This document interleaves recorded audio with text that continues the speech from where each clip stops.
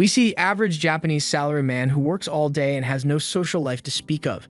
He continues his monotonous and draining routine until one day he eventually has a heart attack from how unfulfilling his life truly is.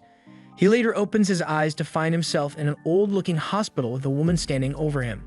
She remarks that he has quite the gentle face for someone who is related to his father, but he is still unable to make sense of what is going on yet. A maid enters the room and offers the woman some tea, which is when he is finally able to get a look at himself in the reflection of the tray she is holding. He has been reincarnated as a baby named Ars Leuven, and by the time 3 years have passed, he has already begun to make the best of his new life here. He has mastered how to read and write the language here, and has also become fairly knowledgeable about this world as well. He was born in the Summerforth Empire, which rules over the Summerforth continent, and since has never seen a map like this before, he concludes that wherever he is now is definitely not Earth. He was fortunate enough to be born into a family of nobility called the Leuvens, and that comes with the perks of having a giant house, maids to look after him, and a personal chef. There is also one other thing he got when he reincarnated, as he discovered that he has an ability that no one else has ever had. He goes into the training room for the guards and asks if he can watch them while they practice. They all like Ars, so they see no reason not to let him watch, although it's a little strange that a 3-year-old is so interested in seeing them fight. As he walks around, he notices one guard who is struggling to use a spear, so he sees this as the perfect opportunity to use his special ability, Appraisal. With this ability, he is able to see all the stats of the guard named Milias, and although his cavalry stat is only at D, he has an archery stat which is at B, so Ars can tell that he would be much better suited to take up the role of an archer. After Milias loses his match, Ars goes up to him and asks if he has ever considered using a bow to fight his battles instead. Milias thinks bows are for cowards who enjoy being safe while they attack, so if you would never be caught using a weapon like that. But Ars insists that he thinks Milias would be a really good archer if he tried it out. He wouldn't normally agree to something like this, but since it's Ars that is asking, he caves and decides to try it out at least once. He's never shot a bow before, so he's not very confident with his chances of hitting the target, but Ars assures him that he'll be fine, so he stands in place and draws his bow to fire. The first shot is a bullseye, and Milias can hardly believe what he just managed to pull off. To make sure it wasn't a fluke, he fires several more shots at the target, and each land in the center, with one even managing to split another arrow. After seeing what Milias can do with a bow, all the other guards tell him he should switch to being an archer like Ars had said because he sucks at using a spear anyway.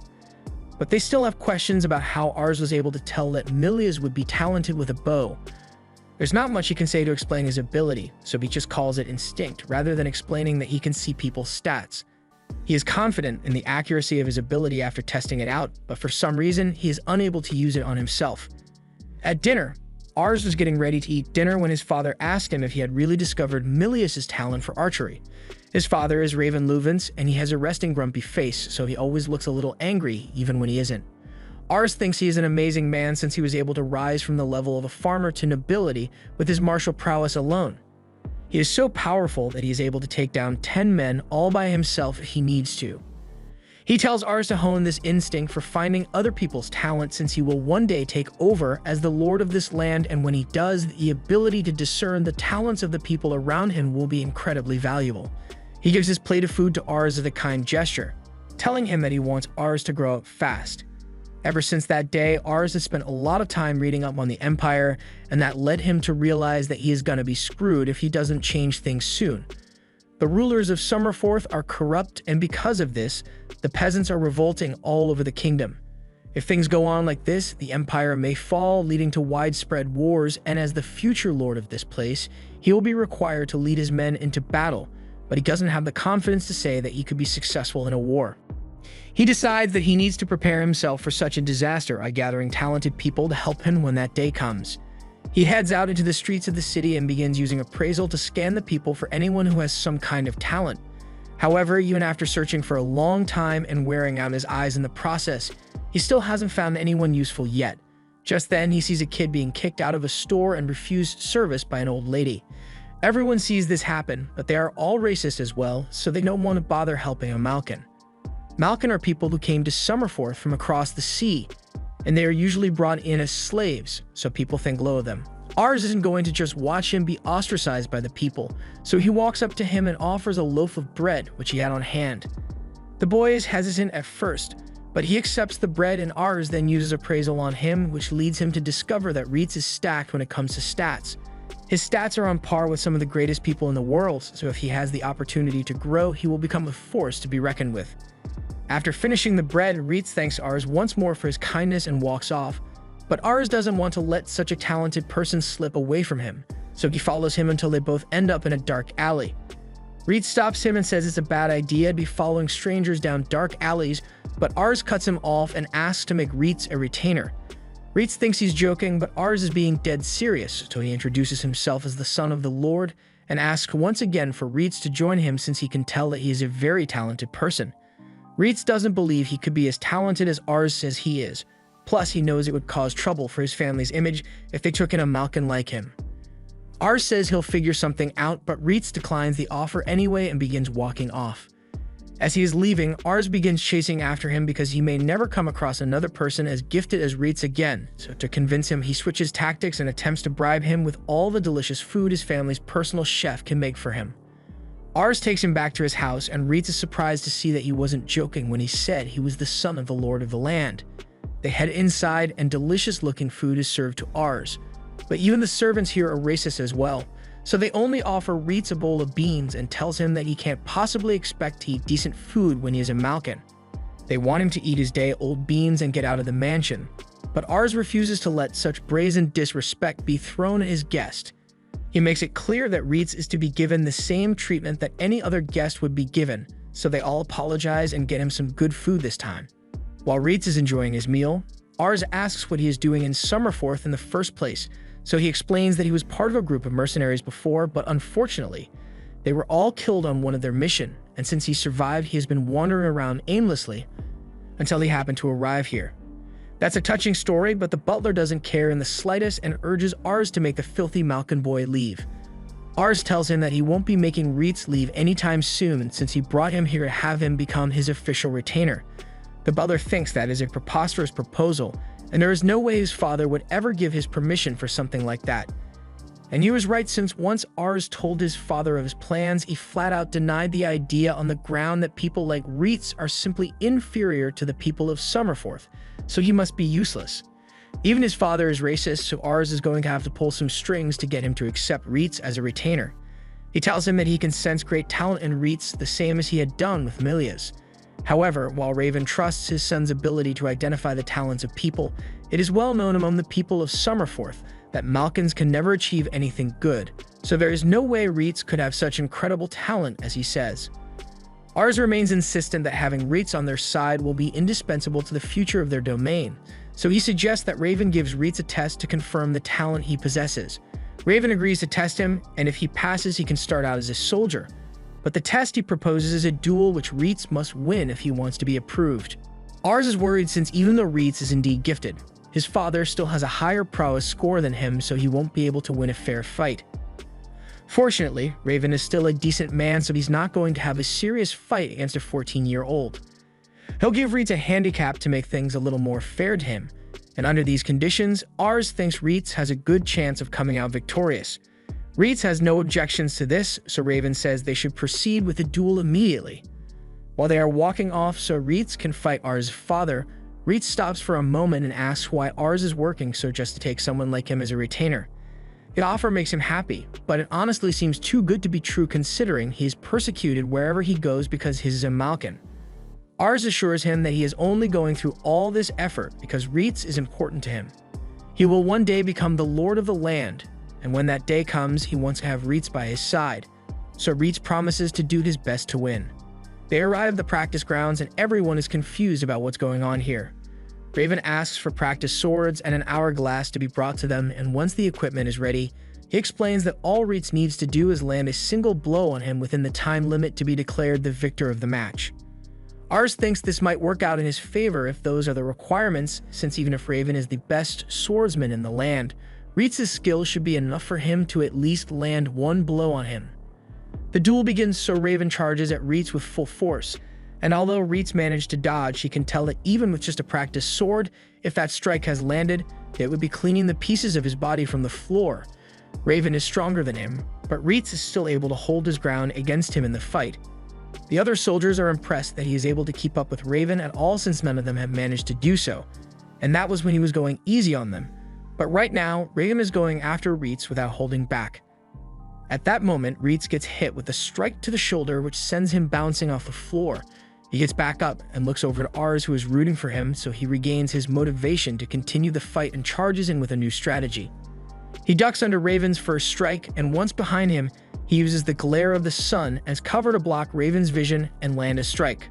Raven still manages to block the strike, but once Reitz steps back to create distance, he announces that this duel is over.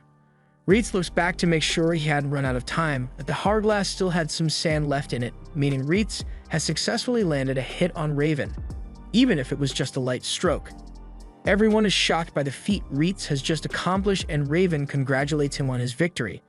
He admits that Ars was right when he said that Reitz had an amazing talent, and after seeing it for himself, he is sure he may become a top-class swordsman in the future.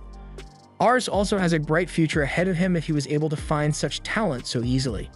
He had been worried about how Ars would handle the chaos in the world right now when the time came, but it looks like he has nothing to fear. Ars may even manage to become the new emperor of the land, but that's a little ambitious for the lord of such a small village. Reitz has also become quite popular among the soldiers, now that they have seen what he can do, and a little while later, Ars goes to see if Reitz has adjusted to his new life here. He is dressed in his new uniform as he has decided to take on servant duties as well, since he wishes to help out as much as possible.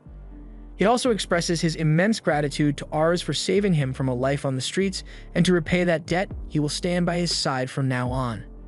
After a few months of Reitz being a part of the household, and he has been adapting to it quite nicely. For the most part, he has been staying by Ars's side, rather than partaking in battles. And with all the tutoring he has had, he has become one of the most knowledgeable people in the whole house, so both the people of the town and the house have come to accept him as one of them. This is further emphasized when Ars hears a couple of maids talking about how handsome and hardworking Reitz is. Reitz soon approaches Ars because they have a scheduled lesson together, so Ars happily puts down his book and joins him as Reitz goes on to explain the history of the Summerforth Empire. It was once composed of 7 individual nations, but of those nations, Ansel took advantage of its strategic position to conduct trade operations with all the other kingdoms. Eventually, Ansel invaded and conquered the neighboring kingdom, having the entire continent under the control of Ansel's king, Anathus Bidoris. The continent was later renamed the Summerforth Empire, and all this happened 200 years ago, but now the Summerforth Empire is in dire straits. The acting king, Bidoris VIII, is only 8 years old, so all the power is actually held by his retainers, who are more concerned with gathering wealth and power for themselves than with the longevity of the empire. With the current power system, people have begun to lose faith in the empire, and revolts have been popping up left and right as a result. For these reasons, several provinces made the decision to ditch the whole loyalty to the crown thing and instead focus on keeping themselves afloat. Right now, they are just a minor problem, but Ars' father is already being dispatched to deal with them. So one day they may be a serious threat, and Ars needs to be prepared for that. He asks Reitz if he has any idea where Ground Zero would be if a major revolt were to happen. So he points to the Mission province as a likely spot. Their ruler is currently old and in poor health, so once he's out of the picture, all hell is going to break loose. He has 2 sons who could take his place, and normally it would be the oldest, but the youngest is actually better suited for it than him. This will most certainly lead to a war, since both brothers want to inherit the position, and Ars wants to know who Raven would choose to follow if that ends up happening. From what Reitz knows, Raven believes it is the older brother's right to succeed their father. Ars is worried, since if his father ends up on the losing side of the conflict, then things could end up going really badly. Although while Ars is nervous, Reitz sees this as a good opportunity to rise up in the world for Raven. After all, a good showing in a major conflict will be a great addition to his accomplishments, so Reitz suggests they try to prepare for the occasion in order to make the outcome more certain. To do that, they are going to need to find more talented people, so Ars and Reitz prepare to head into town. As they leave, they spot Raven, who has been training far more frequently in preparation for the looming war. Once he notices his son, Raven asks if he plans to head into town today, and Ars confirms it, adding that he wants to look for some more exceptionally talented people. Since Ars' track record speaks for itself, Raven trusts that he will find someone amazing, but he asks that Ars try his best to find someone who has a talent for magic, because it would be of great assistance in battles to come. Raven is unable to use magic on his own, and his retainers who can use it aren't particularly gifted in the art, yet magic could easily turn the tide of a battle. so finding a gifted magic user is important. Ars and Reitz head out to the capital of Canare to find a magic user, but Ars is shocked to see so many people filling the city streets. According to the information Reitz had gathered, the city has a population of about 50,000, which is way more than Ars had imagined it would be. This place is ruled by the House of Pyres, and the people here live very wealthy, which I'm sure wasn't achieved by any nefarious means, so Ars wishes to someday provide this kind of life for his people back in Lamberg. There are a lot of people to choose from, so Reitz is sure they'll find someone adequate for the job in no time at all. However, even as Ars scans through every single individual in the town square, he doesn't find a single person that would be a promising mage. For now, since they haven't had much luck finding any gifted people, Reitz suggests that they both go grab some lunch while they take a break.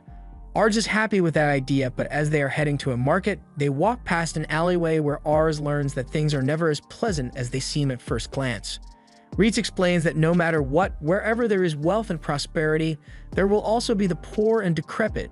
But even though he was the exact same way a few months ago, he has to let Ars know that there's nothing he can realistically do to change all their situations now. He had looked at the flashy town earlier and thought it was wonderful, but with a sight like this, his opinion has changed. What he wants to create is a town where even the less fortunate are able to make a living for themselves. And though he knows he is just being wishful, he would like to find a talented mage among one of the poor people here, so he can at least save one person. While he says this, there is a cloaked girl listening in on their conversation, but she soon slinks away from the two. Ars and Reitz make it to the market, and Ars is drooling over all the amazing food available here when he gets called out by a fishy stall owner. He offers Ars the chance to buy a dragon egg from the northern region and have his very own pet dragon, which he is very excited to hear since he didn't even know dragons existed in this world till just now. He really wants a pet dragon, so he reaches into his bag and says he'll buy 3, but then Reitz pulls out a knife and holds the stall owner at the blade's edge. He is insanely angry that someone would dare try to scam Ars in front of him, and although the scammer tries to deny any wrongdoing, Reitz knows better. Trade with the northern region was frozen last year, so the only way he could actually get dragon eggs was if he illegally smuggled them in. But even at that, these are just regular old lizard eggs from the Ansel region. Reitz won't take such blatant disrespect to his master, so he is prepared to kill this man right now. However, Ars doesn't want to get into any trouble for murdering a local, so he tells Reitz to just let it go since it was his own fault for nearly falling for it. Reitz realizes that he's making a scene, so he calms down and apologizes to Ars for being so hot-headed. After finally getting some food to eat, Ars notices a candy stall across the street, so he runs over to go get some for himself. But as he pulls out his money pouch, a girl bumps into him, and his pouch gets poached. He doesn't notice what happened at first, but as Reitz comes running up, Ars is informed that he just got robbed, so he starts panicking. Reitz assures him that they will be able to get it back as he picks Ars up to chase after the girl. But even with his speed, the girl is still so fast that Reitz only manages to pull off her cloak. They follow her into an alleyway, but it looks like they aren't the only ones who are after her, as she has been cornered by a group of 3 guys who really don't like her. The girl gets punched to the floor, and even though she just stole from him, Ars can't bear to see someone get treated so badly. The man doesn't like being told what to do by a kid, so he's about to give Ars the same punch. But Reitz obliviously isn't going to let him get away with it. He warns the man to not continue with his attack, but the man doesn't surrender, so he gets a 1 piece to the gut before being thrown like a bag of dirt. His 2 friends try to jump in and avenge their buddy, but they both get manhandled by Reitz as well, eventually deciding to just take the L and leave. Now that they are gone, Ars asks if the girl is alright, but then he gets a good look at her, and she's fucking amazing. She has S-rank potential as a mage, which is exactly what Ars was looking for. So while Reitz walks up to her to demand Ars' money pouch back, Ars asks her if she would like to become one of his retainers. This shocks both the girl and Reitz since they can't believe he would hire someone who just stole from him, but Ars is serious about it since he can see her immense aptitude for magic. The girl answers coldly, saying she would rather die than serve a child like Ars, and when asked why she gave such a strong refusal, she says that there are just some things she can't stand. And Ars is one of them. Besides, she says she has never used magic before, so there's no way she could be as adept as Ars is claiming.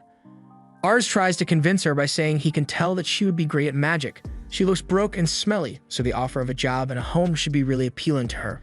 However, she gets offended and thinks Ars is looking down on her since he has been living the easy life since the day he was born.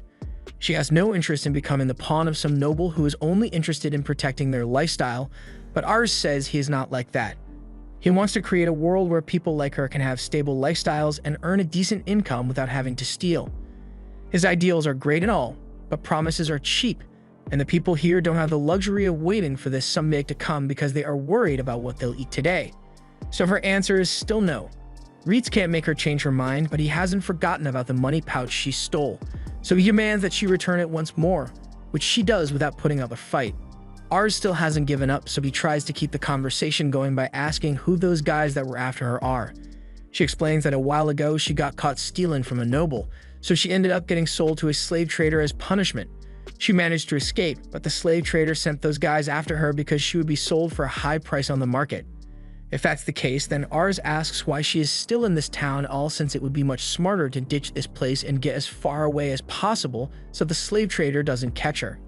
She responds that she can't just leave this place because she's got people here whom she cares for. At that same moment, a bunch of kids come running to her. They have been worried sick for the past 2 days since they didn't know what happened to her. These kids are all orphans with no one to turn to, so the girl took it upon herself to take care of them, and that means she can't leave them behind. Ars understands the situation now, so he won't try to recruit the girl anymore, but he still wants to help their situation, so he offers her his money to keep them going for a while.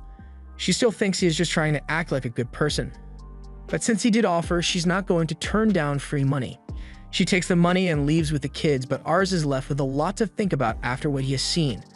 Later on, Ars sits outside his hotel room late into the night and thinks about the whole thing until Reitz comes to tell him to get inside before he catches a cold. He sees that Ars is still upset about his encounter with the girl, but he can understand how she felt at the time. Most nobles aren't exactly great people, so it is never a good idea to blindly trust what one says at first, but he assures Ars that he isn't one of the bad nobles since he actually wants to help people. Still, Ars gets the feeling the girl may have been right about him taking his privileged lifestyle for granted with him, making such a grandiose claim of bringing a better quality of life to the poor people. He honestly hadn't thought it through much, so he needs to do some reflecting on himself. Just then, Ars' self-reflection is interrupted as he sees those kids from before running down the street, and they are in a panic because Charlotte, the girl from before, has been caught by the slave traders. Charlotte has just been dragged back to the slave trader's office by his lackeys, and the goons who were forced to chase after her take their frustrations out by giving her an extra beating for making them work so hard. Even while she's getting kicked over and over, Charlotte doesn't cry or fight back because she has more or less accepted her fate. The slave trader tells the goons to lay off beating her because he's got a buyer willing to pay big bucks for her, and the dude's a real pervert, so he wants Charlotte's face in good condition. Since the boss ordered it, they agree to leave her alone, but then they notice the sack of money she has with her and pick it up as a bonus for themselves. However, while she doesn't care about herself, that money is where she draws the line. She gets up and tries to run away after grabbing the bag, but she is immediately slammed back to the ground. The slave trader tries to convince her to give up on running away since even if she did manage to escape, she would just end up going back to the life of misery on the streets, so she should just accept that she has lost and become some random guy's slave. Just when all hope seemed lost, a loud crash is heard as Reitz bursts through the front door with his gloves ready to pound some faces in. The goons recognize him as the same guy from earlier, but they seem to have forgotten how badly they were beaten. So Reitz gives them a quick reminder by knocking them out again. The slave trader tells the last guy not to attack because he can't win, so instead, he starts questioning why Ars would suddenly bust down the doors to another man's house for no reason. Ars gets up and addresses Albert, the slave trader, telling him that he wants Charlotte to be released at once. By this point, Albert has realized that Ars is probably a noble, so he calms down a bit since nobles are the primary buyers for his slaves, but Ars is a little different from the normal selfish noble. Charlotte tries to stop Ars and tells him to stay out of this since he has no reason to put himself in danger for her sake, but he doesn't need a reason to do the right thing. Since he met her, he had been wondering why she always had that blank look on her face, and now he knows why. It's because her ambition stat is stuck at a 1. Albert has no idea what Ars is talking about, so Ars explains that ambition is what drives a person to keep improving themselves and aim for greater heights, but with hers being stuck at only 1, she's totally given up on all aspirations for the future. Albert laughs, saying it's obvious she would give up on her future since she's only a slave now, but Ars doesn't see what's so funny about it and gets angry over it. As Charlotte watches Ars get angry for her sake, she is sent into a flashback of the moment when she first lost hope for her life.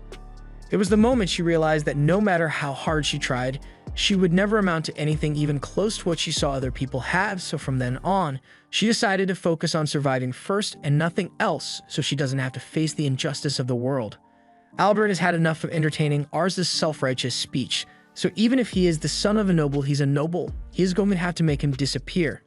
Charlotte sees what's about to go down, so she pleads with Ars to get out of here before something bad happens to him because of her, but Ars assures her that he isn't the one in danger here.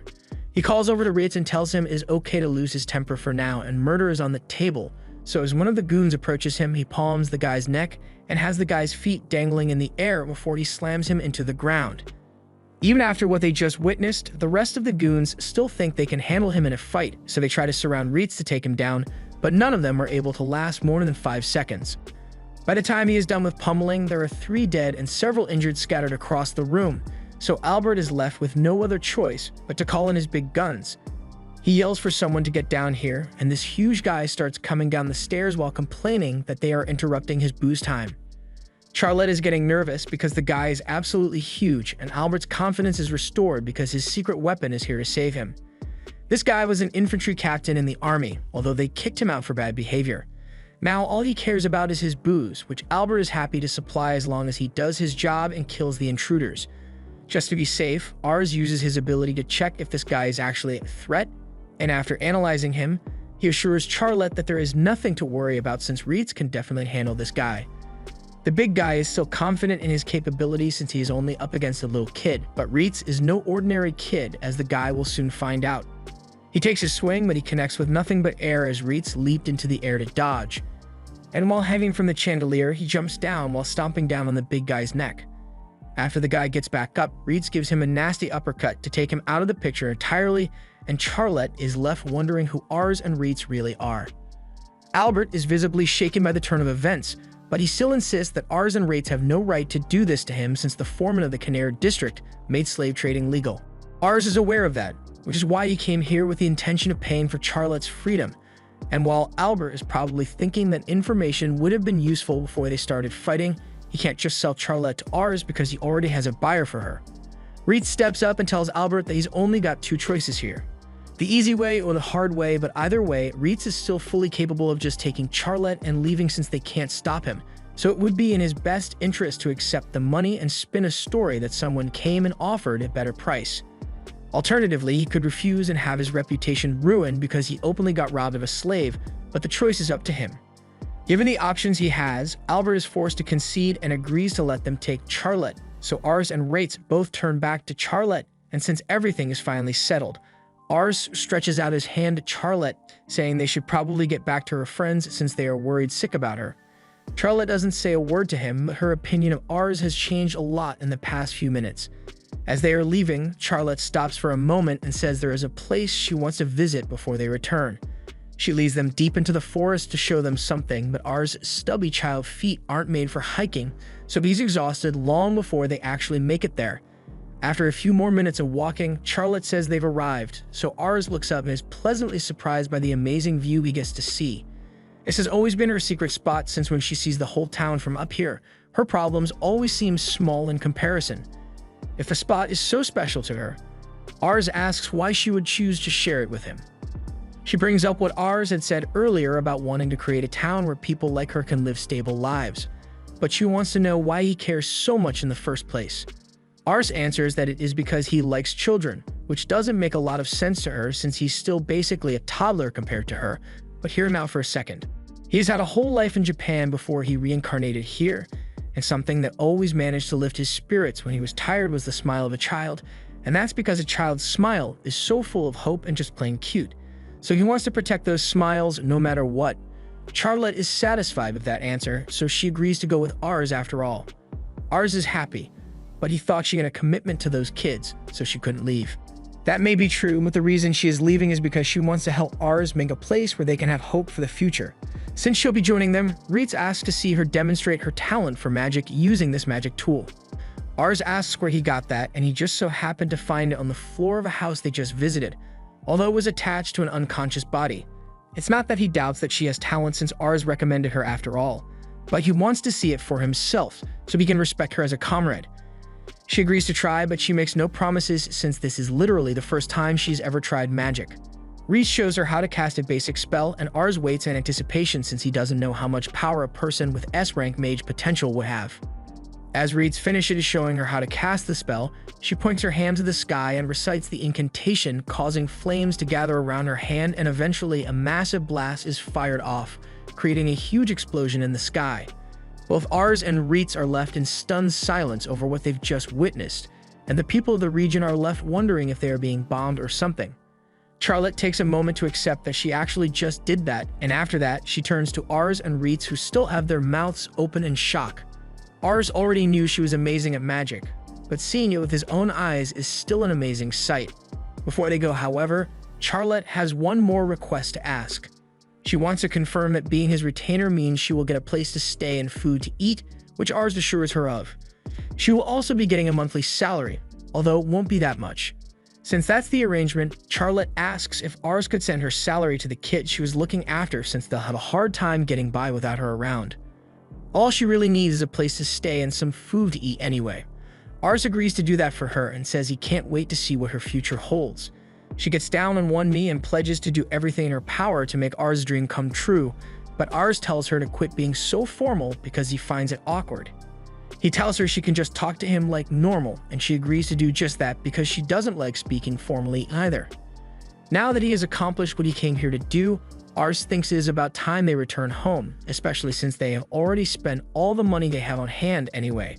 They head back into town, where Charlotte says goodbye to the kids in town, and right before leaving to return to house, they take a little snack break.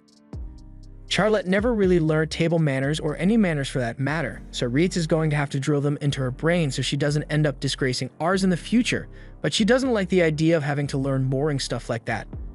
After a long journey, they later arrive back at House Leuven, and Ars introduces his father to Charlotte, but his initial reaction upon seeing the new mage is refusal, since he believes the battlefield is too dangerous for a girl like her. However, once he sees her create a dragon-level explosion with a basic fire spell, he immediately changes his attitude and welcomes her to House Leuven. A few years after Charlotte joined, Raven returns after yet another battle, and Ars is there to greet him as soon as he arrives.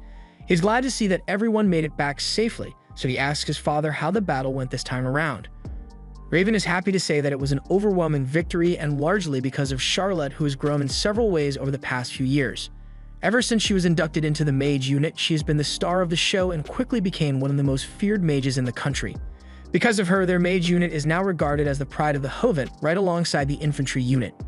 Ars knew Charlotte was talented from the moment he saw her, but he never would have guessed that she would make such a difference by herself, so he is even more motivated to find more exceptionally skilled people.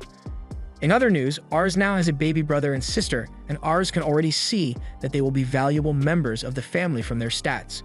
Just then, Reitz comes into the room and says he has excellent news for Ars, since there might be some new talent in town. A family of hunters has just moved in, and two of the boys are really strong and tall, so the townspeople are singing their praises. They won't know for sure if they are the kind of talent Ars is looking for until he sees them with his own eyes, so he and Reitz soon prepare to go and meet this family. Reitz has been told that they live out in the forest near the town, so they'll need to go back horseback, but before they depart, their attention is drawn to Charlotte, who is having lunch in the tree above them. She asks where they are headed, so Ars explains that they are going to scout out some new prospects for talent. If that's what they are doing, Charlotte says she'll accompany Ars as an escort since she has the day off, and Ars is happy to have her come. But he didn't expect the ride to be so awkward since it's cramped with three of them on the same horse. Charlotte complains about the horse being slow, but Reitz tells her that it's her fault for insisting on coming along and weighing them down. Just then, a wild animal runs past, and an arrow flies through the trees, impaling and killing the animal. Shortly after, two brothers emerge from the brush and are happy to see that they caught their prey. But in the middle of their banter, they notice that there are other people in the area, so they apologize for firing so carelessly and putting them in possible danger. Ars gets a good look at them and realizes that these are the two hunter boys they were looking for, and they are pretty impressive since Gatos has A-rank infantry skills, and Marcus has A-rank archery skills. The boys find it a bit strange for people to be out in this part of the woods, so they ask what Ars and the others came here to do, which is when Ars tells them that he has a proposal he wants to offer. The boys invited Ars to their home, where their father has prepared a delicious feast for them, but he apologizes for not being able to do more for such important guests. Ars says he has nothing to be sorry about since he dropped in unannounced, and Charlotte thinks the meal they prepared is really delicious anyway. The boy's father then asks what business Ars has with them all the way out in the forest, So Ars tells them that he is here to recruit Gatos and Marcus as soldiers to join the Luvan army. This is great news for the two boys since they always wanted to make a name for themselves as soldiers, and their father is grateful for the opportunity, but he wishes his other son, Rosal, could have talent like Marcus and Gatos. Ars didn't know the man had another son, so he asks where he is now, so Charlotte points out the redhead boy that just slipped past them to take a loaf of bread. The father scolds Rosal for trying to sneak away without saying hello to the son of the Lord of the Land, so Rosal does his best to give a greeting, but while he is doing that, Ars takes a look at him, and he sees that Rosal's intelligence has a max of 109. That's probably the highest in all of Luvan, and though it may be only at 45 right now, is a 5-year-old, so it's to be expected. With proper training, Ars believes Rosal would be an excellent retainer, so he asks him to become one. Ars believes his offer is a great deal, but Rosal wants nothing to do with wars, so he sees Ars and the others as cruel tyrants who are trying to force him to die on the battlefield. So he says a firm hell no and shuts himself back in his room. Ars can't believe he got rejected, so the father explains that Rosal is pretty timid and frail compared to his brothers. His mother died 2 years ago, so he has been withdrawn ever since then. Normally at his age as the son of a hunter, he should be out chopping firewood or learning how to hunt, but as he is now, he would barely be able to survive on his own, much less go to war. Ars explains that he doesn't want Rosal to become a soldier because that's not what he is suited for. The talent he possesses is one that would make him an excellent strategist, and now that he thinks about it, the father had noticed that Rosal has always been rather clever. Ars wants to ask him one more time to become a retainer, so he enters Rosal's room, but he only ends up scaring him even more than before. Ars apologizes for startling him, but then he notices that Rosal was reading a book, so he asks if he enjoys reading. Rosal confirms his love for reading, although this is the only book they have and his mother used to read it to him before she passed away. Ars feels bad for Rosal, so he asks him if he would like to come to the library in his house and take some books. Rosal is excited to hear this at first, but he doesn't trust Ars' intentions and thinks he is going to try and force him into the army as payment for the books he uses, but Ars denies such underhanded motives and says he just wants to help Rosal explore his love for reading. If that's really all he wants, then Rosal agrees to go, but only if his brothers can come along for his safety. Once they get to Ars' house, Rosal immediately begins screaming his lungs out when a dog starts licking him, so his brothers tell him to calm down since it's not going to hurt him. They are amazed by how large Ars' house is, so Ars offers to have Charlotte show him around the place since she is the head of the mage unit, but she really doesn't want to. That is until they both express how awesome they think she is, so she takes a liking to them immediately. While Charlotte is showing them around, Ars takes Rosal to the library and Rosal is amazed beyond measure because he has never seen so many books in one place before. He is free to read as much as he likes here, but Ars says he has to get going since he has his daily lessons to complete, so Reitz will be here for him in case he needs anything. A few hours later, Ars had fallen asleep at his desk, and once he wakes up, he frantically ran downstairs to speak with Rosal before he leaves. He makes his way to the library and asks Reitz if Rosal is still here, but Rosal is passed out on the floor since he exhausted himself trying to read as much as possible. Reitz is impressed with what Rosal is capable of since he read and understand concepts he had never heard of almost immediately. So Ars takes a look at Rosal's stats and he can see that his intelligence is already shooting up. Just then, Charlotte and the two brothers arrive to pick Rosal up, but they see him passed out in a pile of books. They are glad to see he is doing what he loves, but they can't understand what Rosal finds so interesting about books since he never learned to read. Ars is shocked to find out that Rosal never learned to read, so when he gets back up, he asks how he learned to read.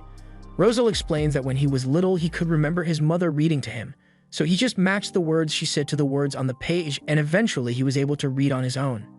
His brothers have a hard time believing that since he was only 3 years old when their mother used to read to him, but Rosal just says he is able to remember everything since the day he was born, so everyone is even more shocked. After hearing just how amazing Rosal is, Ars is willing to do anything to win Rosal over. Later, Ars is thinking of a way to show Rosal and his family that there are ways to hunt without needing to be physically gifted, as that may give Rosal the confidence to become his retainer. He tells them that traps are a common method for hunting in other countries, but Marcus and Gatos don't think it will be effective against the animals here since they are pretty smart and quick. However, Ars has faith that Rosal's brain can come up with something that will be effective, and then his father will surely have to acknowledge him as a capable hunter.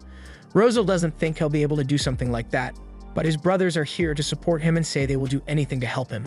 Rosal wants to prove that he can be useful, so he agrees to give it his best shot, and after a lot of off-screen work, a trap has been constructed. Rosel's father comes out a while later and he is shocked by what he sees before him. The boys see him and excitedly show off what Rosel was able to come up with as they tell their father have a look inside the trap. The father obliges and he is shocked to see that it is full of animals. The brothers proudly state that it was all Rosel's idea, so they push him to tell their father how he came up with it. Russell timidly says that he learned that these animals mindlessly charge at anything that is the color yellow, so he used a painted wall to get them to run into the trap. It's safe to use it since no human would ever fall for it, probably, and he also came up with a way to keep baby animals away by hanging herbs, which they are known to avoid. Rosel's father just stands there dumbfounded because he has just realized two things. Rosel is a genius, and he just made the family business of hunting obsolete with this trap, and it only took him one day to come up with it. After processing his thoughts, he asks the older brothers if they are leaving tomorrow to join the Leuven army, and once they confirm it, he tells them to take Rosel with them. Rosel doesn't know where his father's sudden change in attitude came from, but his father is adamant that Rosel needs to leave home, and he has nothing else to say besides that, so he walks away. Rosel now believes his father must hate him for making hunting redundant, so he accepts that he's just going to have to go with Ars since he has nowhere else to go. But Ars tells him that he can't leave yet, at least until he has cleared up this misunderstanding with his father. Rosel's mother fell ill shortly after he was born, so he has always believed that his father hated him for being the reason their mother died. Even though they never said that, he believes that's what they all think about him, which is why he always locks himself in his room.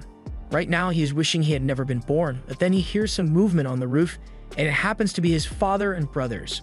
Marcus and Gatos both came to thank their father for raising them well, but they ask him why he had to talk to Rosel in that way earlier. The trap he built was amazing, and Rosel made it so that the father wouldn't have to work so hard, so there was no need to be so harsh on him like that. The father knows he shouldn't have talked to Rosel like he did, but he feels as though he has failed him as a father by not recognizing his talents. He would only focus on what Rosel couldn't do, but Rosel is really kind, so even though he was never acknowledged, he is still concerned about helping a failure of a father like him rather than pursuing his calling.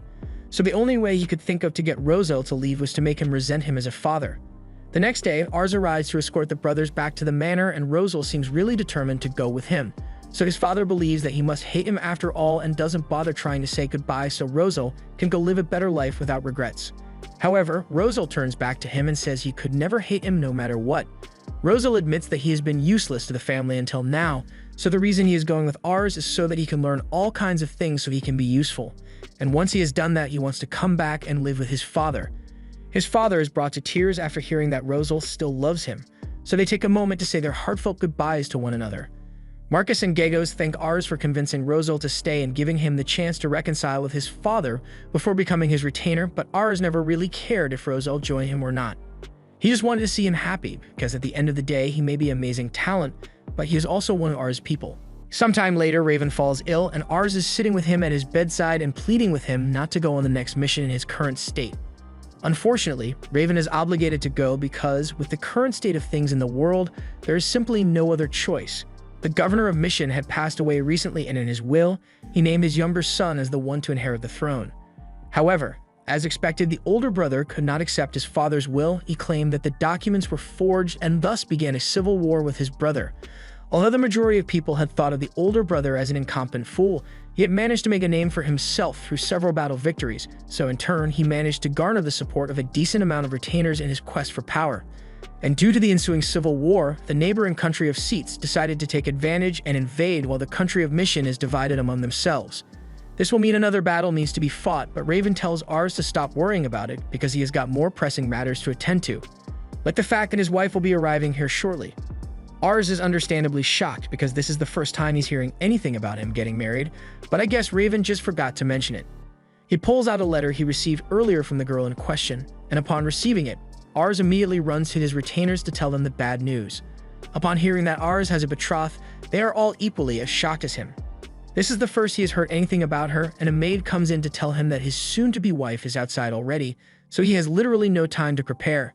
He heads outside to meet her as the carriage pulls up, but he's nervous as hell since even in his past life, he never had a girlfriend. And now he's just meant to handle a wife out of nowhere. But after seeing her for the first time, he realizes that he may have hit the jackpot on this one. But then he gets a look at her stats, and her diplomacy and ambition are through the roof, so she is naturally inclined to be conniving. He is immediately put on guard because she may just be putting on a nice act to make a good impression on him, and for all he knows, she may be here to dispose of him since his father is currently ill. He mustn't let himself fall for her charms, but that's not going to be an easy task since she is really pulling at his heartstrings. After snapping out of it, he offers to show her around the estate. But as they walk in, Lucia's butler sees Reitz for the first time and he still has a few racist tendencies, so he is shocked that they have someone like him here. However, Licia will not stand for such rude comments and certainly not directed to someone her future husband trusts with his life. She tells Jan to apologize for his statements immediately, which he does, and Ars's opinion of Licia improves a little. As she is shown around the estate and meets all the people who work here, she has nothing but good things to say about everyone here.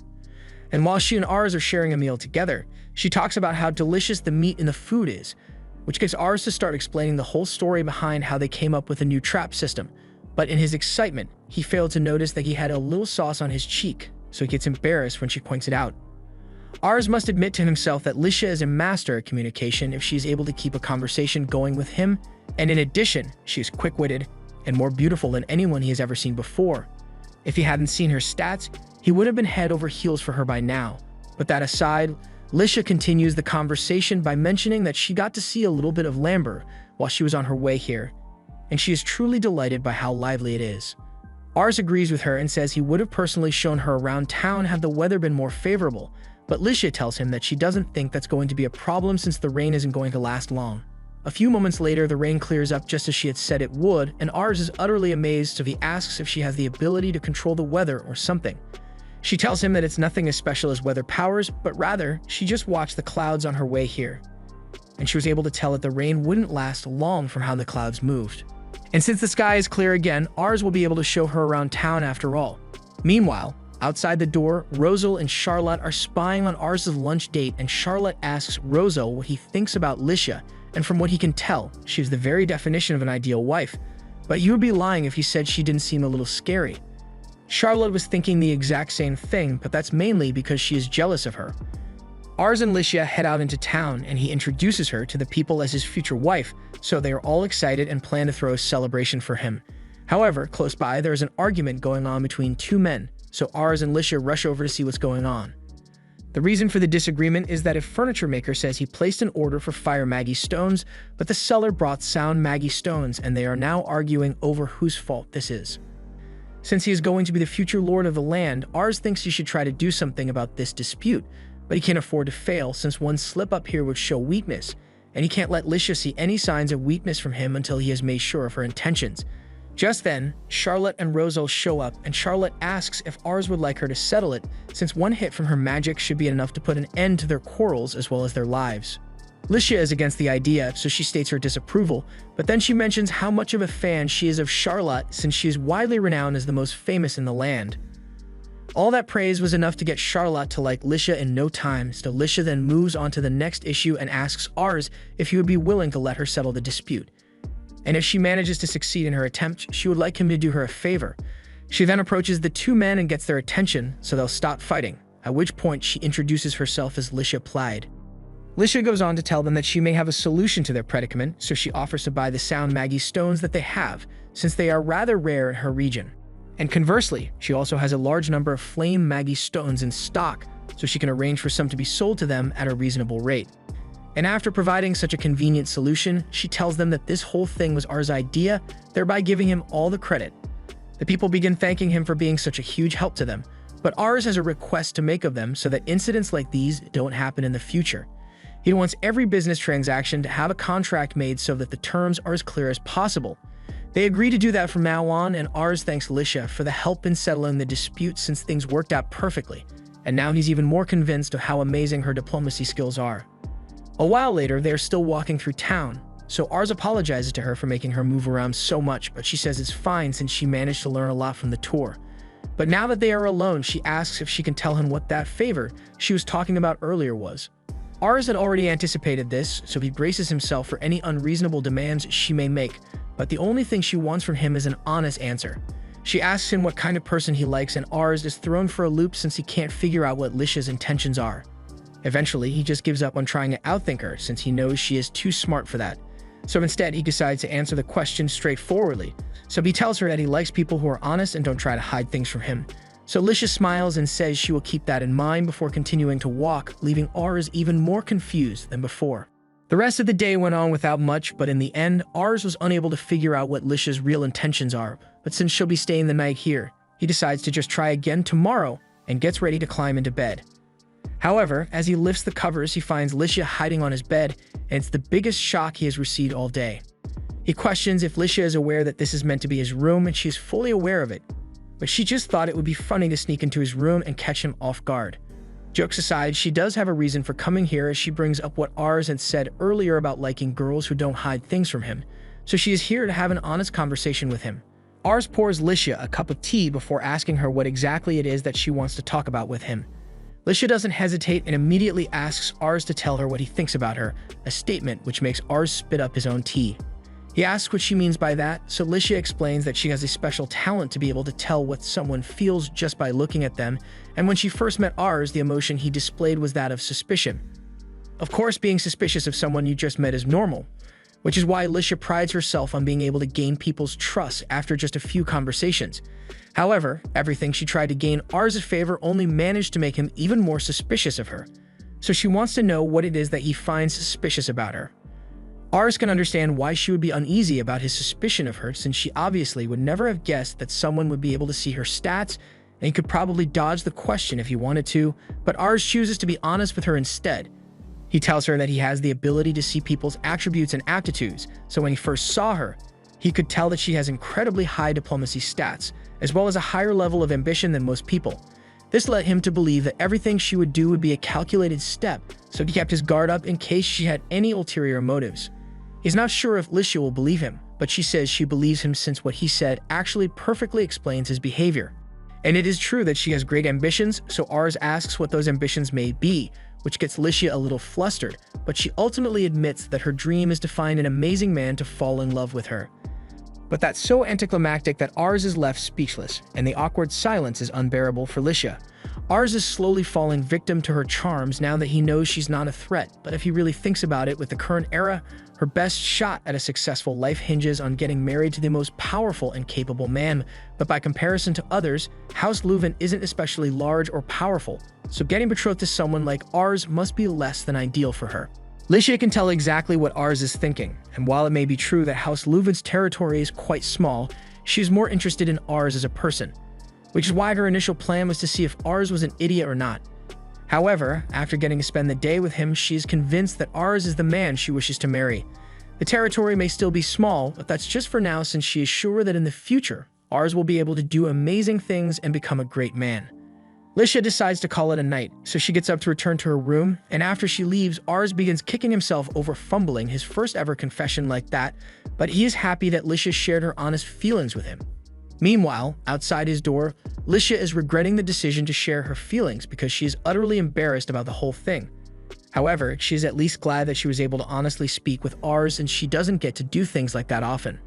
The next day, as Lisha is on the carriage ride to return home, she thinks about how much she has always hated the world of nobility. People constantly lie and never say what they really think, and she was always able to tell when people were being dishonest, so it made her sick to her stomach. But then one day, she heard some noble ladies gossiping about how the girl they used to bully married her way into a position of power above even them. And that was when Lisha realized that the only way to escape the constant lies was to become so powerful that people can't afford to betray you. To do that, she learned to lie her way into the good graces of people, since she had already seen how it's done. Initially, she had no intention of going through with the marriage due to the minor scale of the Leuven territory, but she still wanted to maintain favorable relations, which is why she was laying the charm on him. However, that just made Ars suspicious of her. One thing she managed to learn about him while they were out together, though, is that Ars is truly kind, as emphasized by how well-liked he is among the people. She wants to be a part of the world Ars will build, which is why she chose to stay by his side. She is also sure that his kindness will cause him some trouble with people who want to take advantage of it, so she'll make sure she's there to end them if anyone tries to hurt her darling Ars. After Lisha left, she and Ars began exchanging letters, although Ars is still a bit nervous writing to her. Recently, things have been quite peaceful, with the mission's civil war having died down a bit, and Raven seems to be recovering from his illness as well, so Ars wishes these peaceful times could last forever. Well, it looks like he jinxed it because Raven's condition has just gotten worse and he's going to die sooner or later. But Ars is yet to repay his father for everything he has done for him, so he prays for Raven to hang in there a little longer. Meanwhile, in Castle Encatraz, the governor was sitting in his dark throne room alone, with no guards anywhere nearby, and suddenly the door is opened by a man holding a knife in his hand. The governor immediately tries to get up and run, but unfortunately, his kingly robe gives him -10 mobility, so he falls over and the assassin takes the opportunity to run up to him and stabs his back. Tons of guards enter the room to surround the assassin and take him in for questioning, but the assassin already accomplished what he came for, so he yeets himself out the window and cracks his head open on the pavement like a coconut, so they'll never know who was behind this. A while later, the news of the assassination of the governor of missions reaches Raven, so he calls for a meeting with Ars and his retainers to discuss the situation.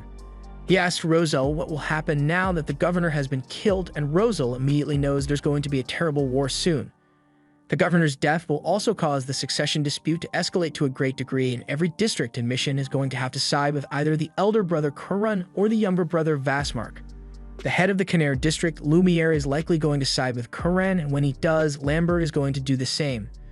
Raven expects to receive a summons letter pretty soon, so he asks Reitz to have the soldiers ready to move out at a moment's notice, and he also intends to prepare himself for the battle, but he can't even get himself out of bed right now due to his sickly condition. A while later, the summons letter indeed arrives and is asking Lambert to gather its forces for the upcoming war. Since Raven is still unable to participate, Reitz suggests that he and Charlotte could take the role of leaders and go in his place, but Ars is adamant that he must be the one to do it. Ars, Charlotte, and Reitz all stand at a cliff and look over the Canare district, where they are set to meet Lord Lumiere, and Ars is a little worried about what kind of man he may turn out to be. They approach the castle gates and Ars introduces himself as the son of Raven Luvent, coming here in response to the summons from Lord Lumiere. The guard takes a look at the invitation and it looks like it is genuine, but he doubts that Ars is here to represent House Luvent since he is just a child. But then the guard recognizes Charlotte as the famous Lady of Flames and Reitz as the Reaper of Luvent, which makes Ars wonder what kind of atrocities Reitz must have committed on the battlefield to earn himself such a title. In any case, the guard no longer has any doubts about Ars' identity, so he leads them inside the castle where Ars is introduced to Lumiere's right-hand man, Menace Renard. Ars says it's a pleasure to meet him, and since Ars is the one who came, Menace assumes Raven must truly be ill and wishes for his full recovery. Ars takes a moment to scan Menace's stats, and his average is pretty high as he is literally good at everything. Menace mentions how he has heard of the achievements of his companions, and he immediately makes them an offer to come work here instead, but Charlotte and Reitz have both already sworn their loyalty to the House of Luvent, and while Menace is disappointed that they declined his offer, he can understand their commitment to Luvent. With introductions aside, he leads Ars to the meeting room where the other leaders are waiting, and Ars is a little nervous, but he enters the room and boldly introduces himself as Ars Luvent, representing Raven Luvent. He then takes his seat, but his nervousness hasn't died down one bit since no one has said a word yet. The first to break the silence is Kral Orslo, who used to visit Raven and play with Ars, not to be so nervous, and even offers him some cookies. Meanwhile, the other guy is staring daggers at Ars, and he has no idea why. Just when he was about to try and smooth things over with him, the main doors swing open, and the headman of Canare walks in. Lumiere pyres. Lumiere thanks all of them for coming to meet him, and as he sits down, Ars scans his stats, and it's about what one could expect from the headman of a district. His prowess is really high, but nothing else is really remarkable. Although now that Ars looks a little closer, Means makes up for a lot of the skills that Lumiere lacks, so combined, they can make the best decisions for the country. Lumiere apologizes for calling them her on such short notice, but he wanted them to hear what he has to say in person. The assassination of the governor will no doubt lead to an all-out war and the struggle for succession. Lumiere intends to support the older brother to the end, and that won't change, so he asks if anyone here had any objections to his plans. Neither Kral nor Ars has anything to add to the meeting, so Lumiere brings the discussion to a close and tells them all of the rumors that Saltz may try to use this opportunity to launch another attack on them, so he wants all of their troops to be ready in case that happens. Now that the meeting is over, the others are already planning out ways to keep their troops prepared, and Ars is totally exhausted because he has never felt so nervous in his life before. While he is still lying there stretched out across the table, he gets called by Lord Lumiere, so he immediately stands up to apologize for his rude behavior. Lumiere tells him that there is no need to apologize and that he had heard about Raven's condition, so he's happy to have Ars here in his place. Luvent is a fairly small domain, but recently, the strength it has demonstrated among its people is far greater than what one would expect. He is also glad that Ars is mature enough to act as his father's proxy even though he's only 11, so he has very high hopes for the future of House Luvent. The same goes for Charlotte and Reitz as well. So having said all he wanted to say, Lumiere takes his leave to make his own preparations.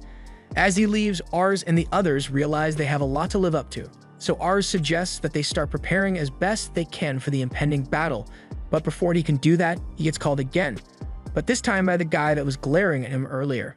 The man says this is the first time they've spoken to each other, so he introduces himself as Hammond Plyde. In other words, he's Lisha's father.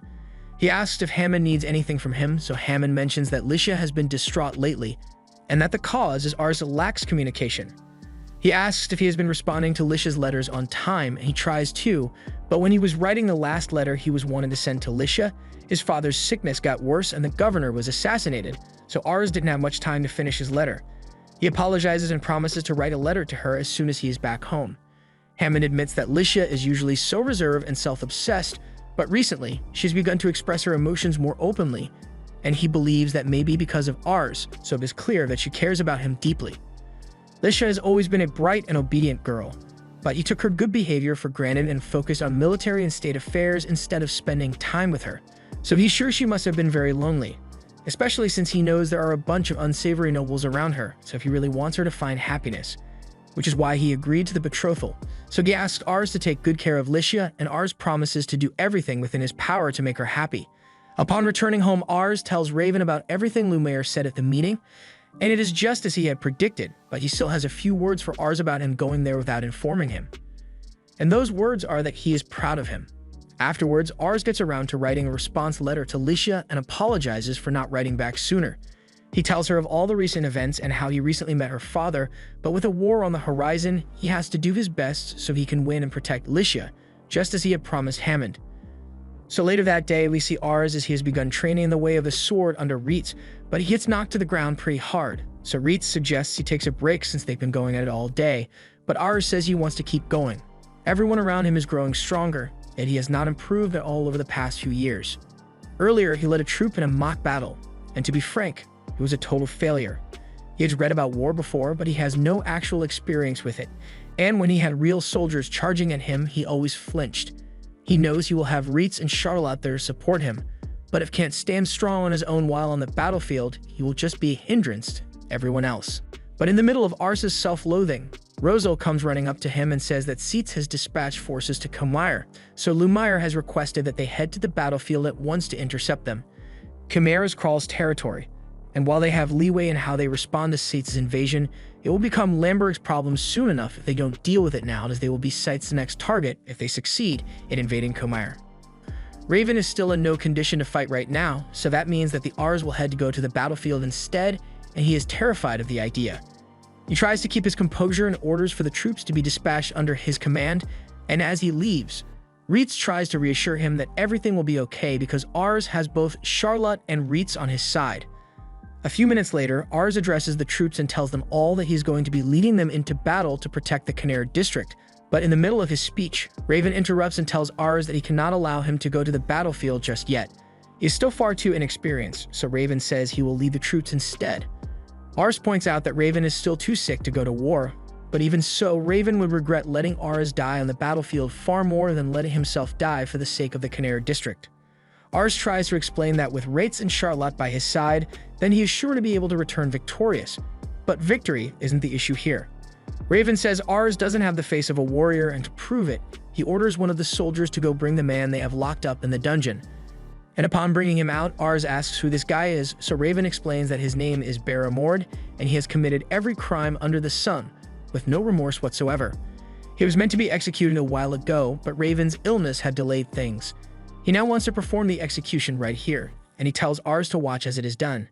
If he is able to watch this man be killed while not losing his composure, then Raven will acknowledge him as a man and let him lead the troops into battle. Even as he is about to be killed, Baramord continues talking about how much he enjoyed killing little kids like Ars the most. But even with him being a total scumbag, once the axe is brought down on his neck and his head is chopped off, Ars' eyes lose color because he can't cope with what he just witnessed. The sight of the severed head and blood sends Ars to his knees, but Raven tells him it is nothing to be ashamed of. This is how everyone is the first time they witness death, but right now, if one death phases Ars, and there's no way he'll be able to handle a battlefield where death constantly happens. Raven orders the troops to move out, along with Reitz, Charlotte, and Rosal, leaving Ars to think about how naive he had been to think he was ready for war. The war has begun, and Raven is valiantly leading the charge through the enemy forces alongside Reitz, while Rosal deals with the army formation. With the firepower they possess, victory is all but certain. However, Raven's condition isn't looking so good. After the battle had concluded, it was an incredible victory thanks to the Leuven forces, but Raven's health suffered greatly, so he was brought back to House Leuven on a stretcher 4 days after Ars' birthday. Things were already bad before, but now it's looking like Raven is on his last legs, and Ars comes over to ask how his condition is. He seems to have some minor injuries, so they are all concerned about him, but he says there is no need to worry since it's just from his training. Reitz explains that Raven fought admirably during the battle, but as soon as the fight was over, all the strain he had put on his body had finally caught up with him, resulting in his current state. It was a long campaign, so this result was inevitable since Raven was near death in the first place, but Ars still blames himself for his father's poor health since if he had been stronger back then, Raven wouldn't have felt the need to go into battle in spite of his illness. The others try to cheer Ars up by saying he can't blame himself for this, and Ars appreciates their kind words, so he raises his head and asks to be updated if there are any new developments with Raven's health, because he is heading back out to continue his training. They all think it's weird for him to start training right now since it's already pretty late, but Ars wants to do it regardless, so they are left wondering if Ars is actually okay. The soldiers who stayed behind filled Charlotte in on what Ars has been doing while they were gone, and apparently he has done nothing but train himself through the mornings and nights, so she hopes he doesn't end up overworking himself. Just then, they hear a lot of banging on the door, and upon opening, they find that Licia has arrived unannounced. And while she is apologetic for her intrusion, she is really worried about Ars since they've been exchanging letters since the war started, but recently. While his letters haven't changed much, she can tell by the lack of emotion in them that Ars is growing distant and may be on the verge of starting his villain arc if nothing is done to help him. The retainers all look at each other, and then Reitz assures Licia that Ars' behavior is not her fault, but she didn't come here just to hear that. She is really worried about Ars, and that's exactly why she wants to know what happened to him. Reitz finally gives in and tells her all about the things Ars went through, from having to witness an execution, to being told he is too weak to go to war, and the guilt he feels over Raven's condition. Licia feels terrible for not being able to support Ars at all in his time of need, so she asks where she can find him.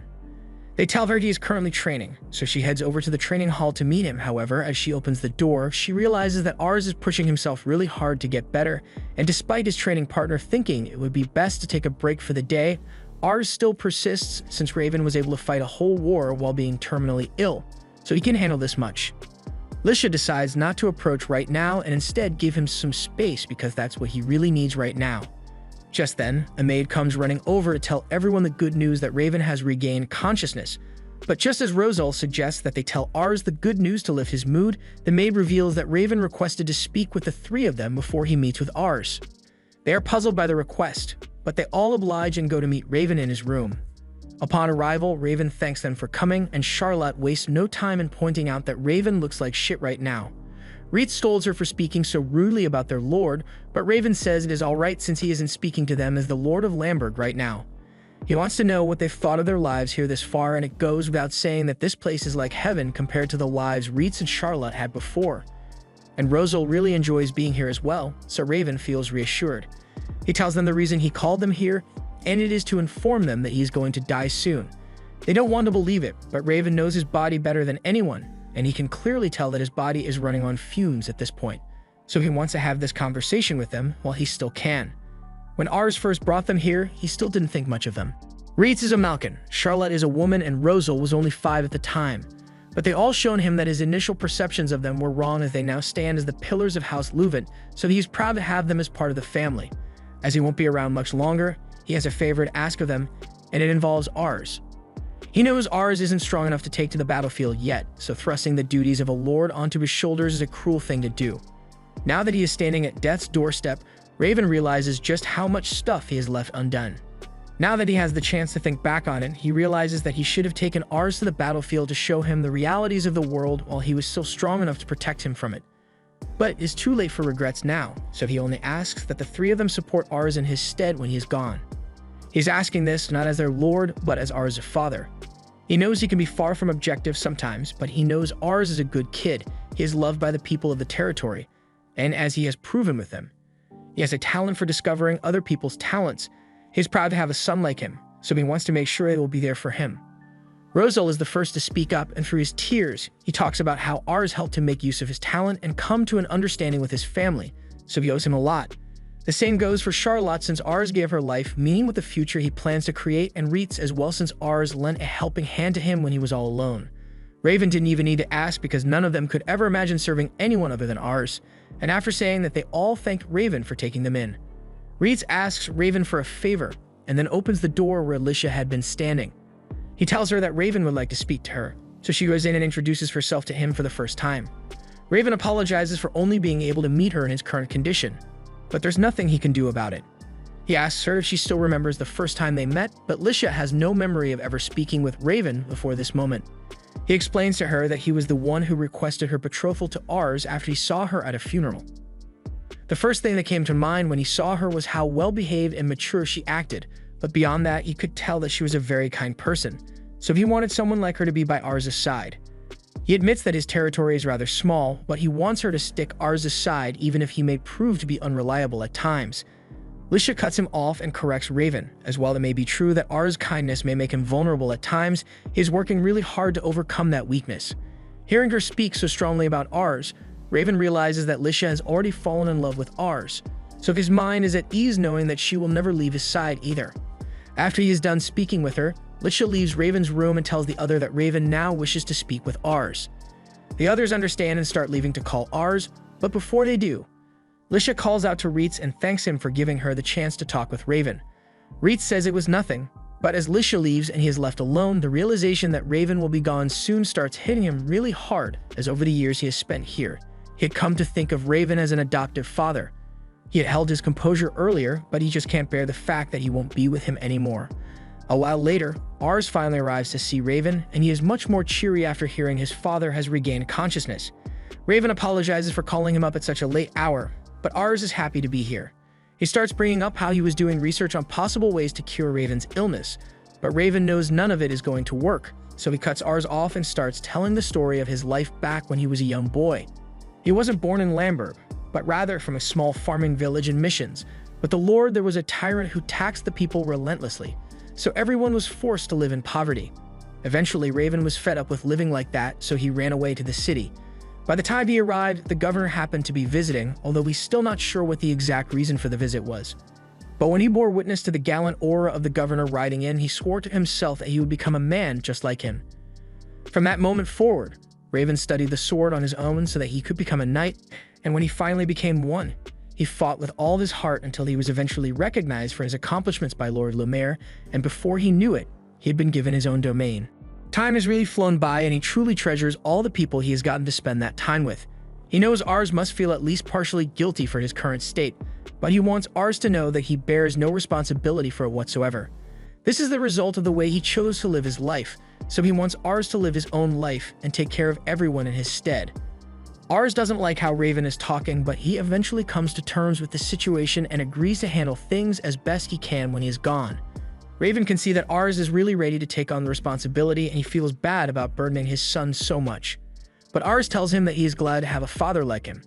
After the heart-to-heart they just had, Raven changes topics and begins asking Ars how things are going between him and Licia, and from there they spend the rest of the night having a nice father-son bonding moment. But by the next morning, Raven was no longer with us. A burial is held for Raven where everyone in Ars' family, as well as all the townspeople, are gathered to say their goodbyes. So as Ars steps up to pay his respects, he addresses the people. He tells them that he got to speak with Raven for a long time before he passed on, and Raven entrusted the domain and the people within it to his care. He admits that he still isn't as strong as Raven was, but he promises to devote every ounce of strength he possesses to caring for and protecting everyone. So he asks for their support as he takes on the role of Lord. Everyone immediately rallies their support for Ars on his road to take over the duties of Raven, and Charlotte starts recalling all the good times she spent with the former Lord and how even on the battlefield, he would show concern for her overworking herself and told her so save the desperate efforts for a time when Ars needs her. It was the same thing with Rosal. Raven told him there was no need to push himself too hard to study since he is still just a kid, and there would be plenty of time for him to grow up alongside Ars and be useful to him. Ars then asks that his father's spirit watch over him as he declares himself as the new Lord of Leuven. Meanwhile, in a bar, a woman overheard two guys talking about how the governor of Missions was assassinated by one of his sons during the succession dispute, and she seems really interested to hear more about the story. 3 months have passed since Raven's death, and Ars is still having trouble getting used to his new lordly duties, but he is managing thanks to the help of the people around him. He doesn't expect to be able to measure up to Raven's greatness, but he'll do his best to lead the people in his own way. A meeting is called between the lords, and before they get things started, they hold a moment of silence for their fallen comrade, Raven. Lumiere then announces that Ars will be taking up the mantle as the next Lord of Leuven, so Ars formally introduces himself and promises to uphold his duties to the best of his ability.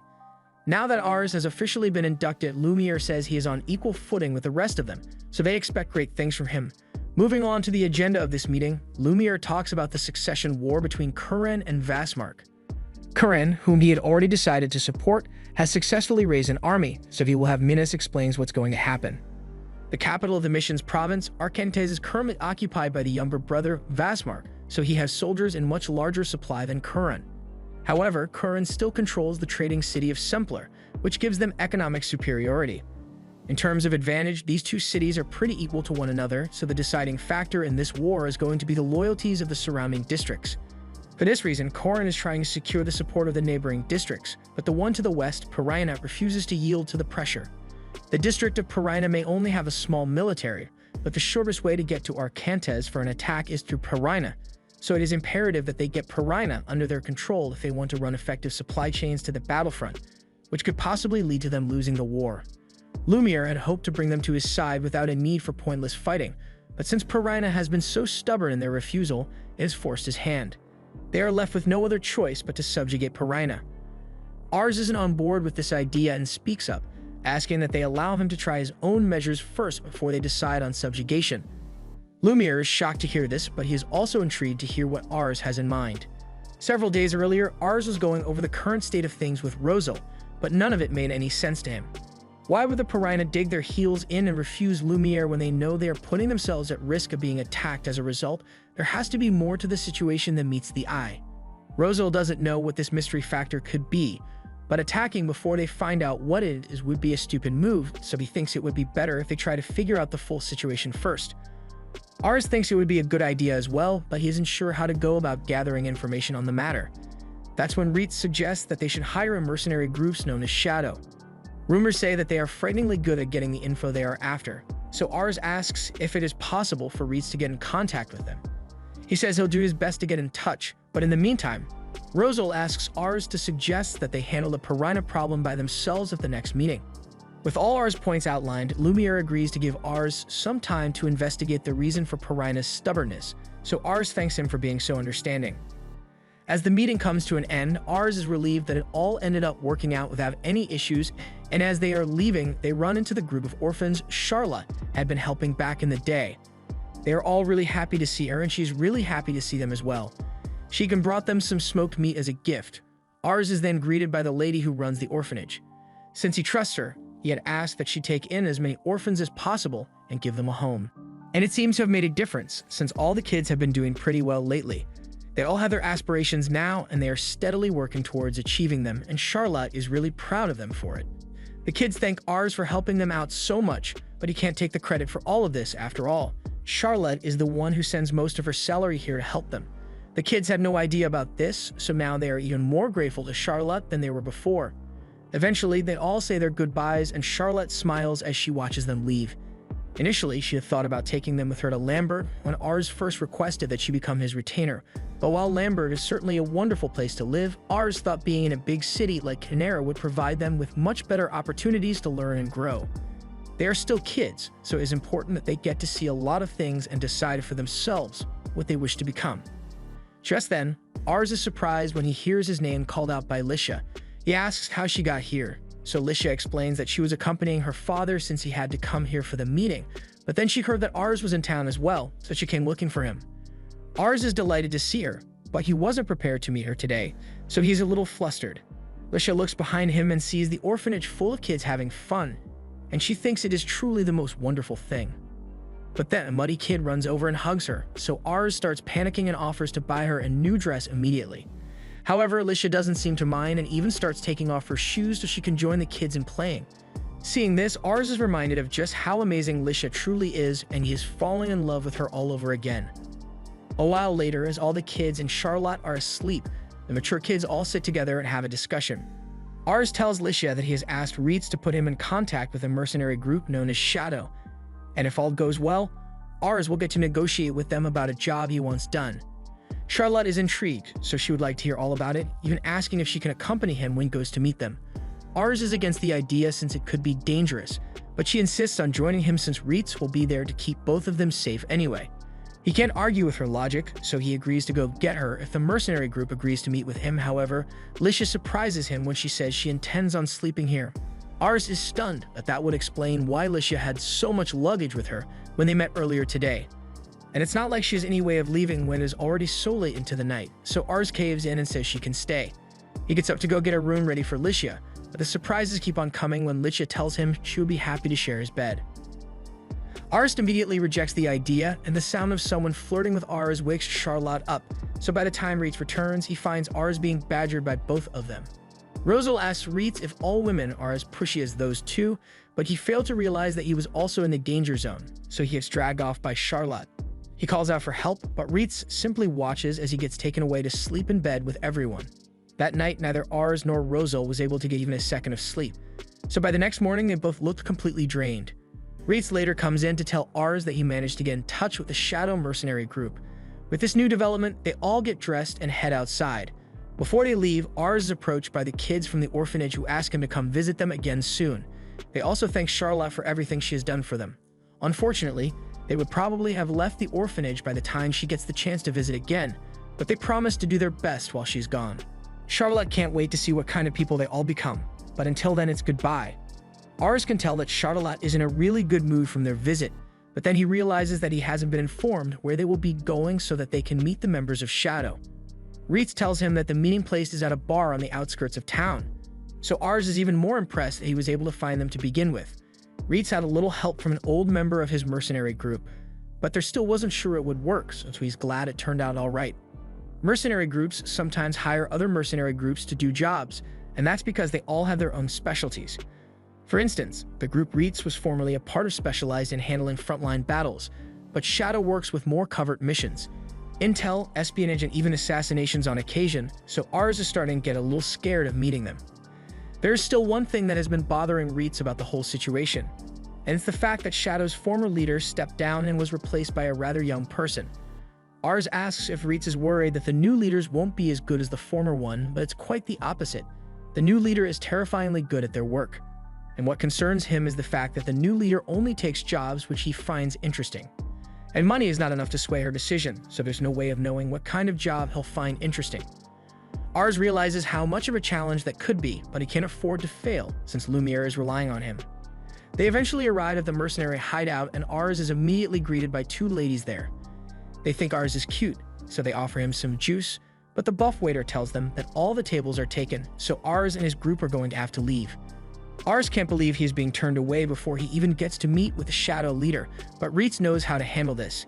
He tells the waiter a secret phrase, and after hearing it, he is suddenly okay with them staying and shows them to a table.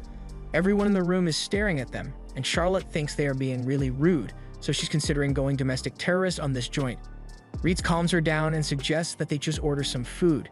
He is curious to find out what the leader is like, and so is Ars, so he starts scanning the room with his ability. As the leader of a group like Shadow, they probably investigate their targets thoroughly, but also their clients, so the leader could be observing them in this room as they speak. Ars zones out for a second and doesn't realize that the waiter is here to take their order, but as he looks up to place his order, what he sees is frightening. He freezes up for a second, but he soon regains his composure and says he'll have a juice. The waitress confirms the order and walks away, but Ars is still frazzled, so he gets up to go use the restroom. After splashing some water on his face, he peeks at Reitz to make sure his appraisal skill is still functioning properly, and nothing seems to be wrong with it, but he can't believe the stats he saw from the waitress. Prowess at 92 and ingenuity at 90, and all that is while he could as only a 22-year-old man. Just then, that same waitress grabs Ars at knife point and asks how he could possibly have figured out that he was the leader of Shadow. He wants answers, and he is prepared to kill him to find out. However, before Ars can get cut, Reitz shows up and saves Ars. The leader attempts to stab Reitz, but his skills are too sharp for that, and he is easily able to stop his arm. The leader is surprised that Ars was able to call over an ally on such short notice, even though Ars definitely didn't call Reitz here. Licia then enters the room and calmly threatens the leader for drawing a blade on Ars. The only way she will be willing to let this transgression slide is if the leader accepts their request unconditionally. The leader confidently smiles and asks her what she's going to do about it if he refuses. It'll be kind of harder for him to keep doing his job if his identity gets out, so it might be better for him to just kill Ars and make his escape. Ars doesn't like the sound of that, but Licia isn't worried since the leader wouldn't stand even a slight chance of pulling that off, at least not with Reitz here. In a fight with Reitz, the leader wouldn't probably struggle to escape with his life, let alone assassinate anyone, but he's smart enough to have realized that on his own.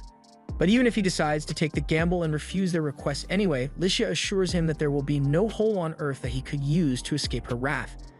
The leader finds this whole situation amusing, so he bursts out in laughter and apologizes for his rude actions. However, he still wants an answer from Ars because he needs to know how he could have been discovered when he thought his disguise was perfect. Ars reveals that he is able to view the abilities of others with his appraisal skill. That would certainly be a plausible explanation, but the leader finds it difficult to just take his word for it.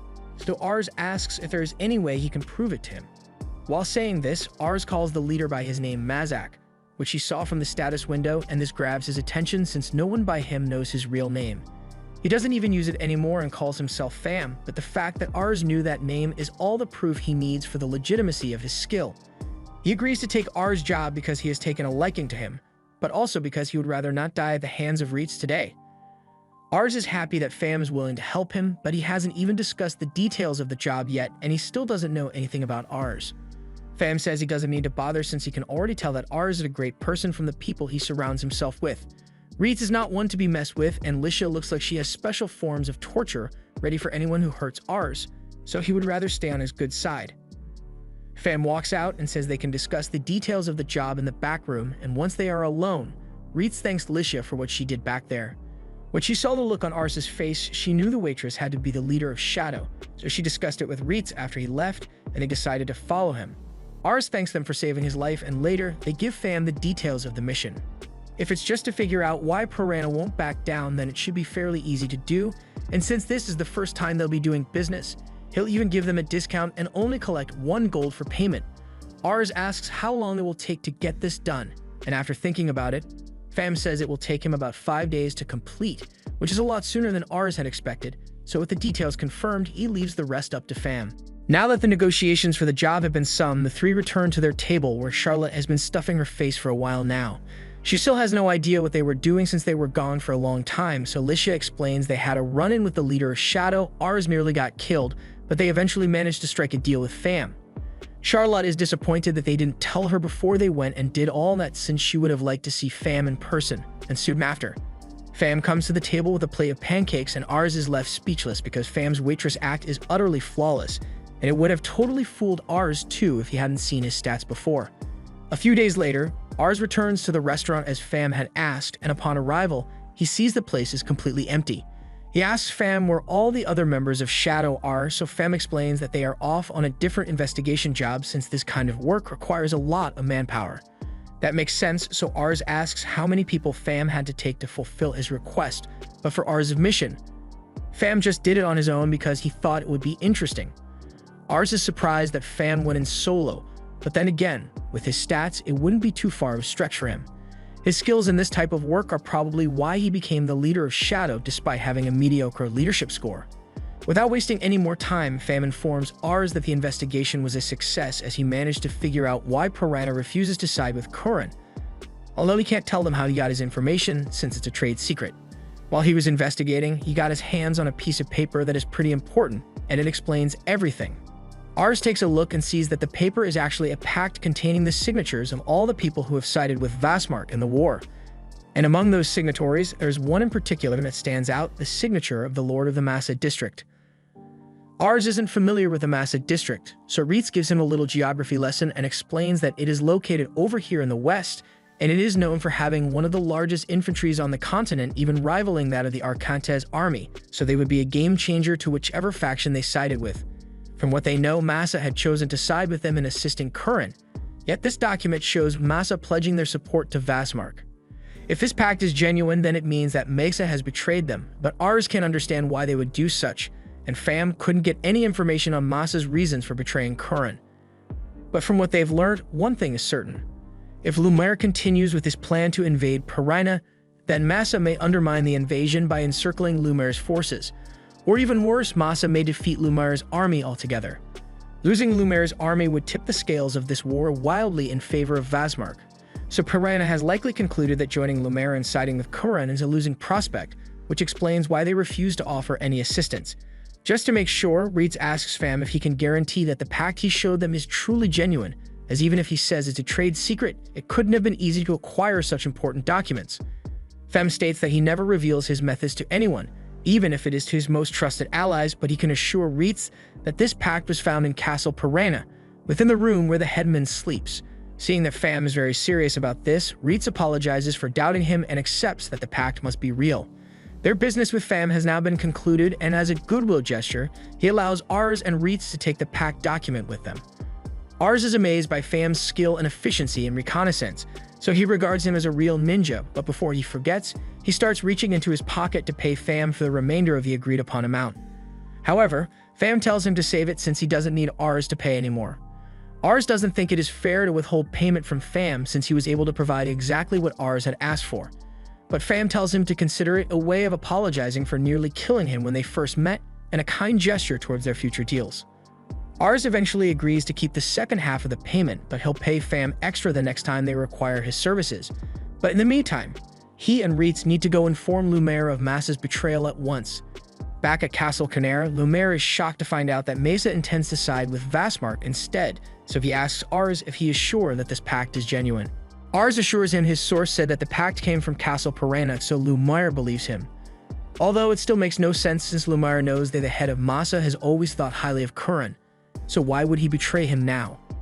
With the current development, he now realizes that getting Piranha to join them will be no easy feat, so he asks Menace to take the pact to the other lords so they can start formulating a plan of action. He also commends Ars on a job well done since without his help, Lumaire may have gotten himself backed into a corner against Piranha. Ars doesn't want to take all the credit since he hired a mercenary leader to do most of the work, but as Menace was leaving with the pact, he stopped dead in his tracks and informs Lumaire that something is off about the pact. Everything else seems to be in order, but the seal of the Masa district isn't quite right. To prove his point, he leads everyone to take a look at a copy of Masa's seal which they have on file, and while the one on the pact looks almost indistinguishable, there are minor details amiss in the pact's version. In addition, the signature looks like the real thing as well, but is inconsistent with the handwriting of the Lord of Masa. The seal they gave on file was gotten directly from Masa, so if the two seals don't match, then the one on the pact must have been forged. The forgery must have been done to deceive Piranha into believing Masa had betrayed Lumaire, thus forcing them to side with Vazmark as the only other option. Lumaire tells the others that Menace has a discerning eye, so his word on the authenticity of the seal can be trusted. Ars didn't know Menace possessed such a skill, as his appraisal skill only shows him stats, so he makes a mental note to not assume that he knows everything a person can do just because he can see their stats. Back on topic, a forged seal would no doubt eventually be found out sooner or later, so Ars wonders why someone would go through all the trouble in the first place. Reitz suggests that it may have been done to buy time, and Rosil agrees with him. With Piranha resisting, Lumaire would have invaded them, and while Piranha would certainly fight back, it would ultimately fall to the superior forces Lumaire possesses. So all that matters would be that the opposing side would have control over Piranha in the meantime. And if they view Piranha as disposable, then their real goal must be explosive magistones that can be mined there. These magistones are extremely valuable, and Piranha is one of the 4 locations where they are currently mineable. Their goal must be to gather as many of these stones as possible before Piranha falls, since when they are refined, they can be used to cast powerful spells and create even more powerful weapons. With this being the case, Rosil believes that attacking Piranha is no longer an option since Piranha would have been an ally under normal circumstances. Plus, fighting them would weaken the forces of Lumaire overall, which only serves to improve Vazmark's chances of winning. The only way to come out on top in this situation would be to reveal the truth to Piranha and win them back over, but how they'll do that isn't clear since Piranha has constantly been refusing all the messengers that have been sent there. Sometime later, we see Ars in Castle Piranha as he has managed to gain an audience with the headman. Piranha is going to ignore the fact that Ars admitted to stealing a copy of the pact that he had locked in his room, so he wants to hear what Ars has to say. Ars begins his statement by saying he and Lambert as a whole wish to join Piranha in supporting Vazmark instead. He claims that after finding out that Mesa is betraying Curran, he realized that the war was going to be a losing battle, so he thinks it would be best to support the winning side. Ars also says Lumaire is on board with the idea as well, which sparks joy in Piranha's headman. He is glad he won't have to fight Lumiere any longer, so since his secret is apparently out, he promises to put a good word in for Ars and Lumiere so they can be accepted into Vastmark's faction. But before that, Ars wishes to confirm one thing. He asks Pirina if he is certain of the authenticity of that document, and Pirina wholeheartedly believes it to be real, even though the only confirmation he has is that it came from Vastmark himself. Since he is so confident that Mesa has indeed betrayed Lumiere, Ars asks if he knows why Mesa would suddenly betray Lumiere when they have always been loyal to him. Pirina hadn't given it much thought, but he chalks it up to Mesa acting in their own selfish interest. Still, Ars isn't so convinced that Mesa would be willing to take on the risk of getting surrounded by Lumiere's forces if they side with Vastmark, so he wants to know if Pirina has thought of what Mesa's reasons could be. Ars has been making good points thus far, but all this constructive criticism makes Pirina realize that Ars never had any intentions of joining Vastmark in the first place, so he orders his guards to arrest Ars at once. Fortunately, Ars came with Reitz, so Reitz holds off the guards while Ars de-escalates the situation and tells the headman of Pirina that he has some important news to share with him. He then gives the go-ahead for the second person behind him to reveal their identity, and to Pirina's shock, it is the headman of Masa. Back when Ars and the others were still thinking of a plan to get Pirina to realize the deception, Rosal suggested that they provide proof that the seal on that pact has been forged. To do this, they went straight to the headman of Masa to inform him of the situation. He is outraged that someone would dare to forge his signature and seal. Ars explains that it was part of a plot by Vastmark to deceive Pirina into betraying Curran's faction, so they plan to get an audience with Pirina by pretending they wish to switch over to Vastmark's side as well, at which point Ars wants to show Pirina a letter from Masa stating that the pact is forged. Masa is on board with the plan, but he is still angry that Vastmark would use such underhanded tactics, so he intends to visit Pirina in person to reveal the truth. That brings us back to the present where Masa directly tells Pirina that he did not sign a pact with Vastmark, nor would he ever do so because he is loyal to Curran. And with the new information he has been given, Masa asks Pirina if he still wishes to side with Vastmark.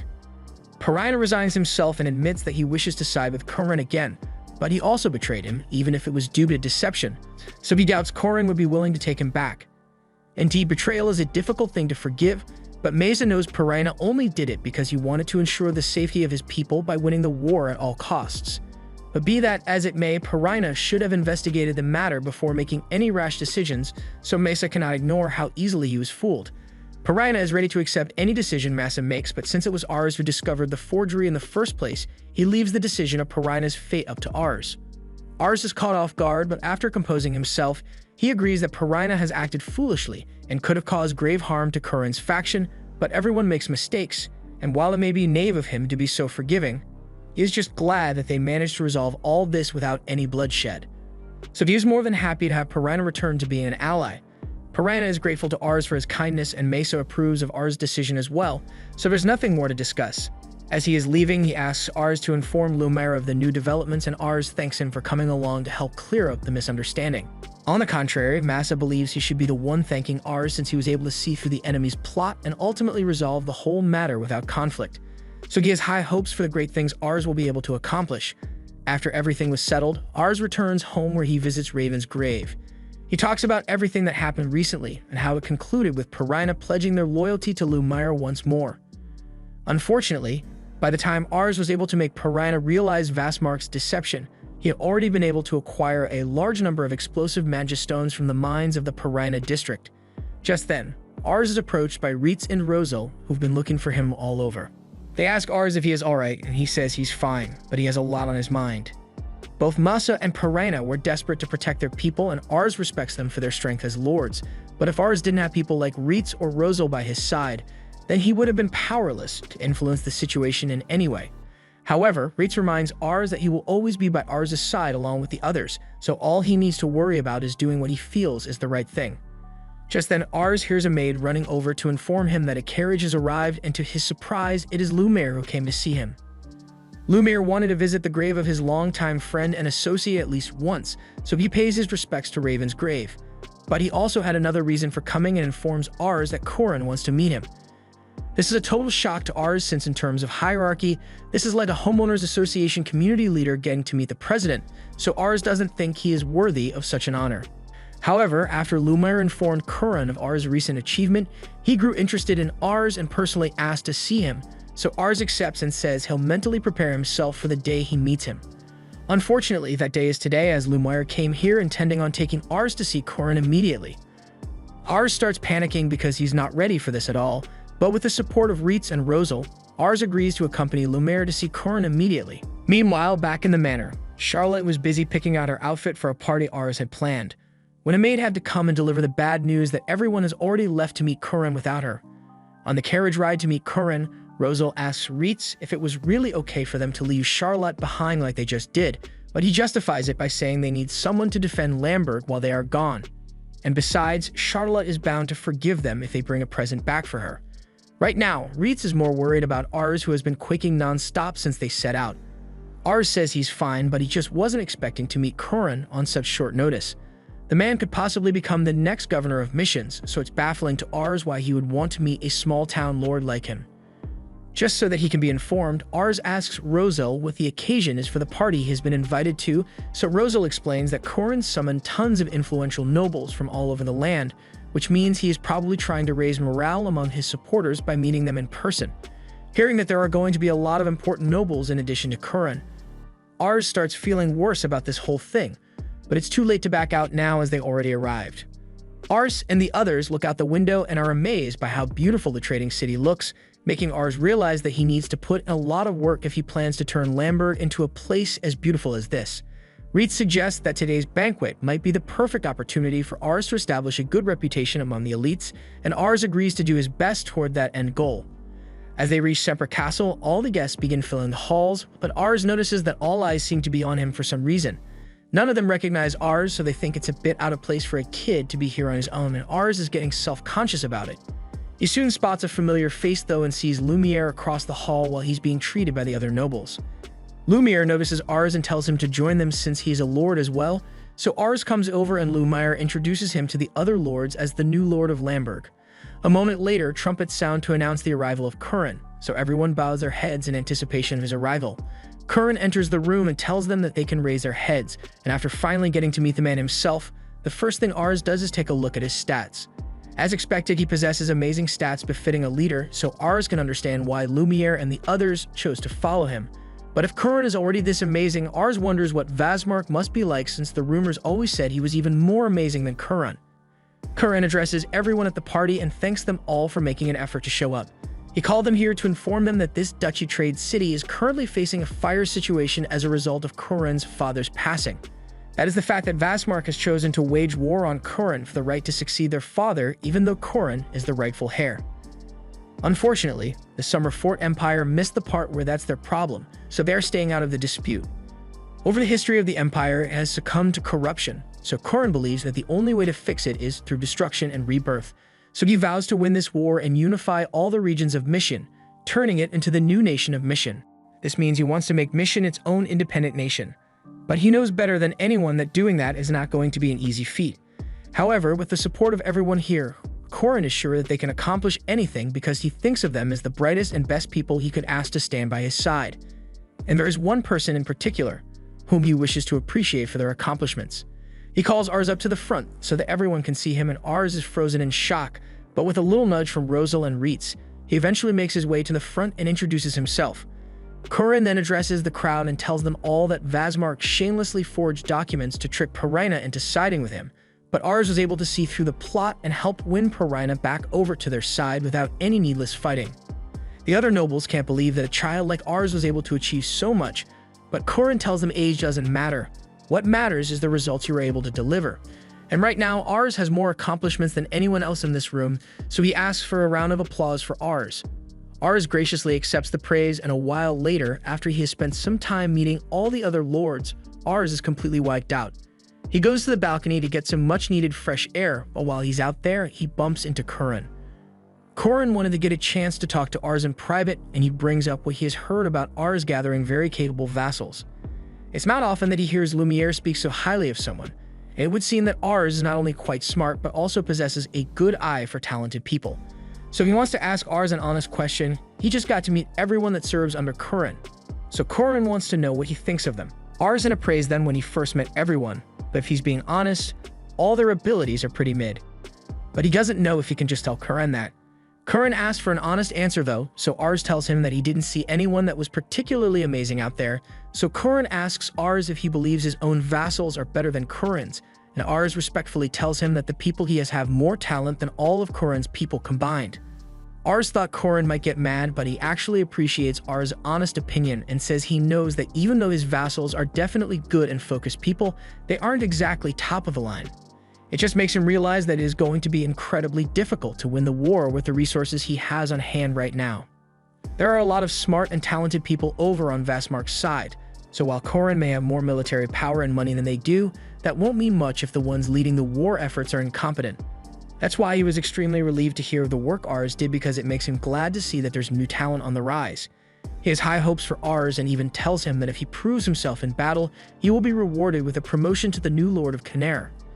Ars can't believe what he is hearing and asks what would happen to Lumiere if Curran makes Ars the new Lord of Caner. But Curran always planned on giving Lumiere a much bigger plot of land, since he is one of the few vassals that Curran can rely on. Also, before Curran leaves, he asks Ars if he would be willing to hand over his vassals, but of course Ars isn't going to do that, so he flat out rejects the idea. Curran already knew that Ars wouldn't agree to a brazen request like that, but he still does want the input of Ars and his vassals, so he wants Ars to join him in his war council. He also wants Ars to find some talented people for him so that he won't have to rely solely on the mediocre skills of the majority of his vassals. That was all he had to say, so Curran leaves Ars, who plans on living up to the expectations that Curran has for him.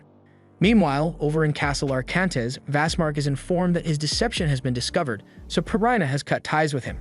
He's a bit disappointed that Pirina didn't end up fighting Lumiere, but it's not a huge deal since his vassals tell him that they already gathered a large number of explosive magistones from Pirina, so even if the war were to start immediately, Curran wouldn't stand a chance. He doesn't have any talented vassals by his side, and on top of that, there are no talented soldiers besides Curran, while Vastmark's army is full of skilled and powerful men. They believe the chances of Vastmark losing are very slim. However, extremely slim isn't good enough for Vastmark. He only fights battles that he knows he will win for sure, so he needs them to make sure that there is no chance that they will lose. By the way, he asks one of his vassals if they know where the woman named Morel is, but he has no idea, and frankly, he thinks it would be a bad idea to hire her, since while she may be a talented woman, she is nothing more than an alcoholic now. So Vastmark agrees not to go looking for her, but he hopes that no one else goes after her either. Ars returns to Lambert with the others a few days later, and they inform Charlotte of everything that happened, including the fact that Curran wants them to join the next War Council meeting. Curran also wants Ars to help him find some more talented people, but the original way Ars used to find people won't exactly work now, since he doesn't have time to go searching by himself, so Reitz suggests that they entrust the job to Pham. Ars thinks it is a great idea, so they set up a meeting and Pham agrees to do it. But he tells Ars he doesn't want to be held accountable if he ends up finding someone that is incompetent, since he doesn't have an appraisal skill like he does. Ars says there will be no consequences if Pham fails, but if he ends up finding someone that is truly worthwhile, then Ars will give him a bonus of 20 gold coins. Pham promises to give it his best shot, so Ars and Reitz leave the bar and return to the others. However, along the way, Ars gets bumped into by a drunk woman, so he ends up falling over. The woman helps him back up and apologizes, so Ars tells her he's fine and she stumbles away. She ends up stumbling into Pham's bar while he's still setting up, and she immediately starts asking for a job here. One of Pham's people comes out of the back and recognizes the woman as Morel, and he clearly isn't happy to see her here. Pham asks how he knows Morel, so the guy explains that they used to drink together in rural bars a while back. Morel doesn't really remember him, but since he says he knows her, she asks him to help her out with the job since she's flat broke and doesn't have anywhere to stay. The guy refuses because she still owes him a ton of money from when they last saw each other, but Pham steps in, and under his waitress persona, he says he will be happy to have her work here. The guy asks Pham what he is thinking by hiring her since she is clearly a drunkard, but Pham thinks she may be an interesting person, so he'll handle it. As expected, Myrael is terrible at the job, but Pham lets it slide since he didn't hire her for her waitress skills. Once they close for the day, he sits down with Myrael and asks her what she has done with her life up till now. So she explains that she is a wanderer, so she goes from one place to another, drinking good alcohol along the way. Pham then asks what she used to do before she became a wanderer, but Myrael tells Pham that it's rude for a man to ask about a woman's past. Pham doesn't understand how she could figure out that he is in a disguise, so asks why she thinks he is a man, and Myrael explains that he just looks like a man to her. Although she doesn't mind that he enjoys cross-dressing and he is pretty cute, she'll tell them a little about her story. She and her stupid brother both used to work for an old man, but she's heard rumors that the old man is dead now, so she's quite sad about it. Fam asks what the old man was like, so Muriel begins talking about how he could be a bit scatterbrained at times, but he was a really interesting person nonetheless. He believed in her and her brother even though they were poor, and his name was Amador Salamakia. That's the name of the former Duke of Missions, the father of Kuran and Vasmark. So the guy thinks she must be lying, but Fam keeps listening and believes that she isn't lying. He tells her he has a better job for her. That same day, Fam sends a letter to Ars, telling him that he has found a talented person for him, and Ars is surprised by how quickly Fam was able to complete the job, and he already sent the woman over, so everyone heads to the front door to meet her. Reitz opens the door and Fam greets them, saying he has brought the woman, so he introduces Muriel to Ars. Ars recognizes her as the one who bumped into him earlier, but Muriel has already forgotten all about him. She was intrigued when Fam told her about the job here, so she asks if Ars is willing to hire her, and after taking a look at her stats, Ars is terrified by what he sees because she's an absolute genius. She has prowess on par with Reitz. She's already smarter than Rozo, and she has even more ambition than Lisha does. She asks if Ars will hire her, but first, he wants to confirm if his suspicion is right, so he asks her if her full name happens to be Muriel Grandion. She confirms it, and Reitz is shocked because he recognizes that name as the former advisor of the Duke of Missions. Ars wonders how such a gifted person ended up here, but before he can make a decision, Reitz and Rosal tell Ars that he can't hire Muriel. With her talents and former position, she has become infamous for getting deported a while ago.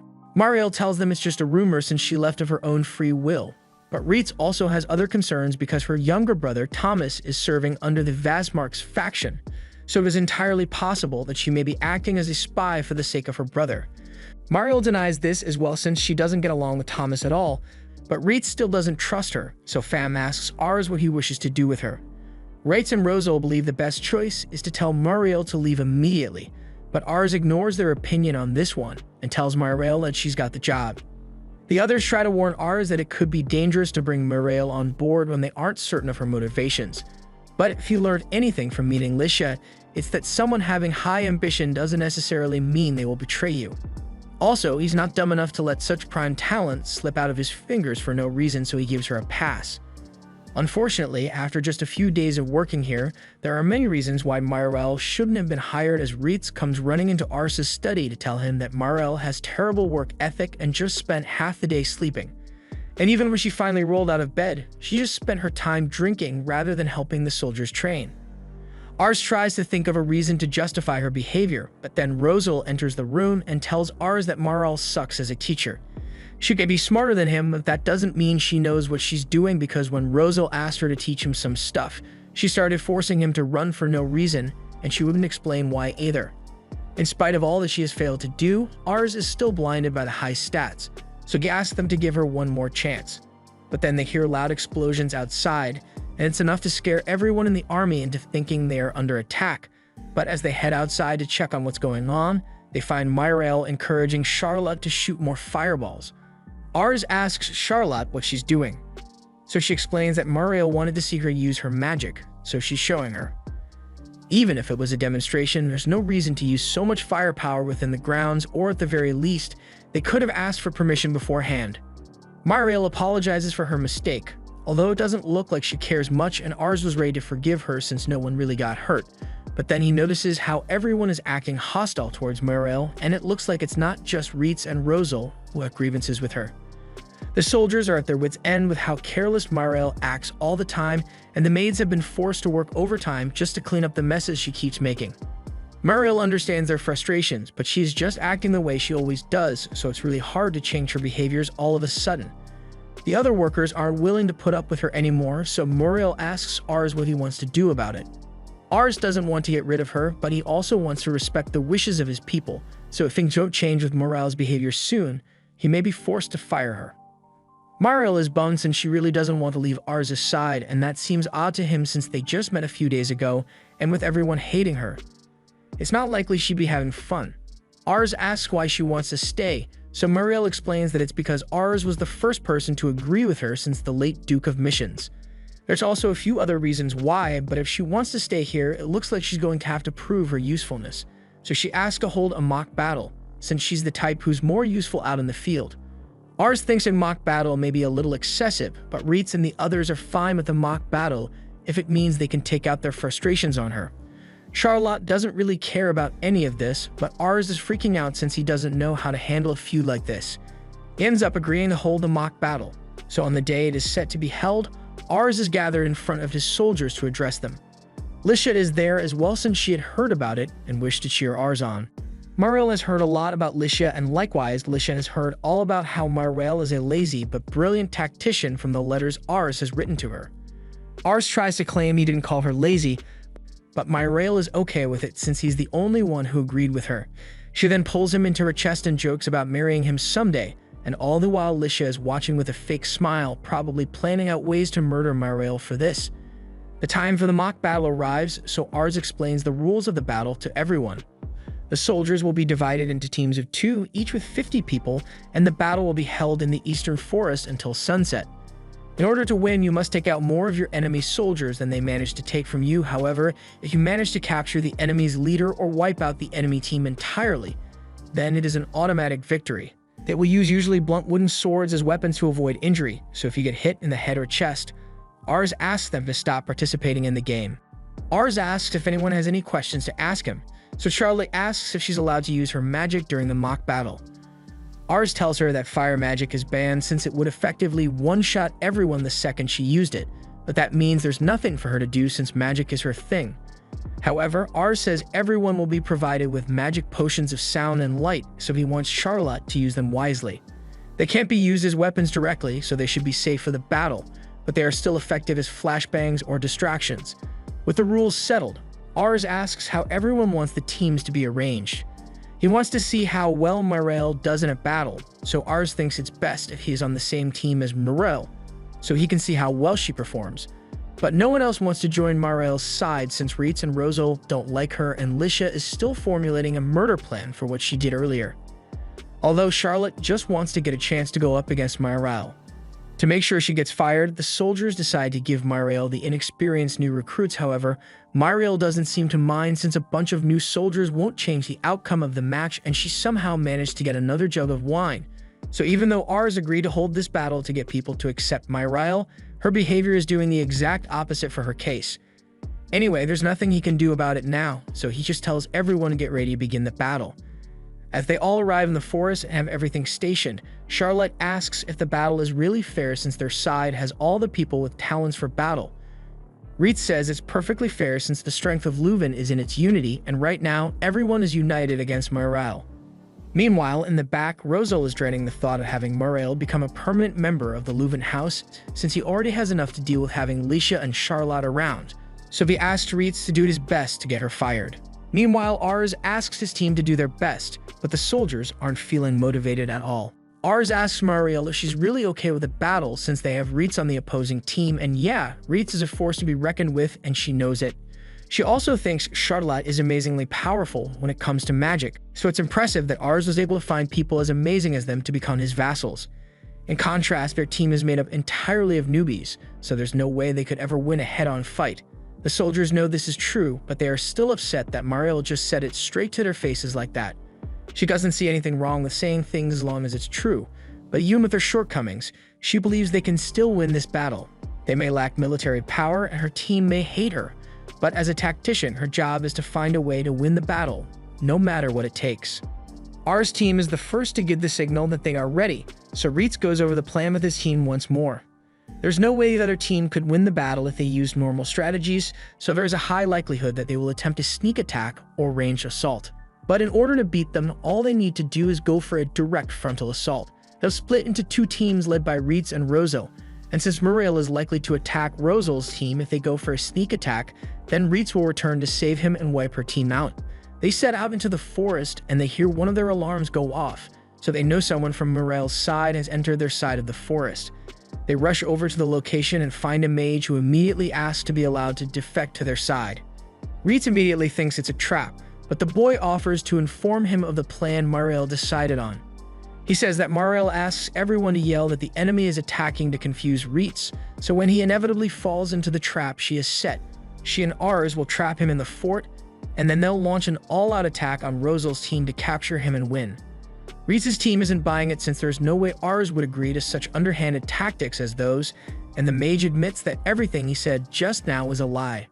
Mariel had asked him to fake betrayal in order to mislead Reitz into falling for their real trap. The mage explains that he hates Mariel with a passion after all her lazy and careless actions, so he can't stand to see her ruin the image of the house ours is trying to build. That's why he genuinely wants her to lose and get fired, so he will tell Reitz the entirety of her real plan. He was asked to lure Reitz into a trap where Mariel's team would pincer attack him, so he wants them to pretend to fall for this trap so that they can beat Mariel. He was told to use a sound spell as the signal, so Reitz asks the mage to hand over his wand for now. And as soon as he does, Reitz tells the soldier to capture him since he knows he has been lying. They find a second wand on him, so they realize he must have been trying to lure them into a different trap after gaining their trust. The mage is still trying to deny it, but one scary look from Reitz forces him to admit that it's true. They nearly fell for the trap, but things will be easier now since they know exactly where Ar's team will be, so they all sneak up on them and attack. However, as they strike, they realize that the soldiers are all just dummies and Mariel had orchestrated a different plan. He doesn't know what it is exactly, but if Ars is here, all he needs to do is capture him to win, so Reitz and his soldiers charge with full force while Mariel runs away with Ars on her back. This was the end of episode 11. Thanks for watching. Subscribe to not miss the next part.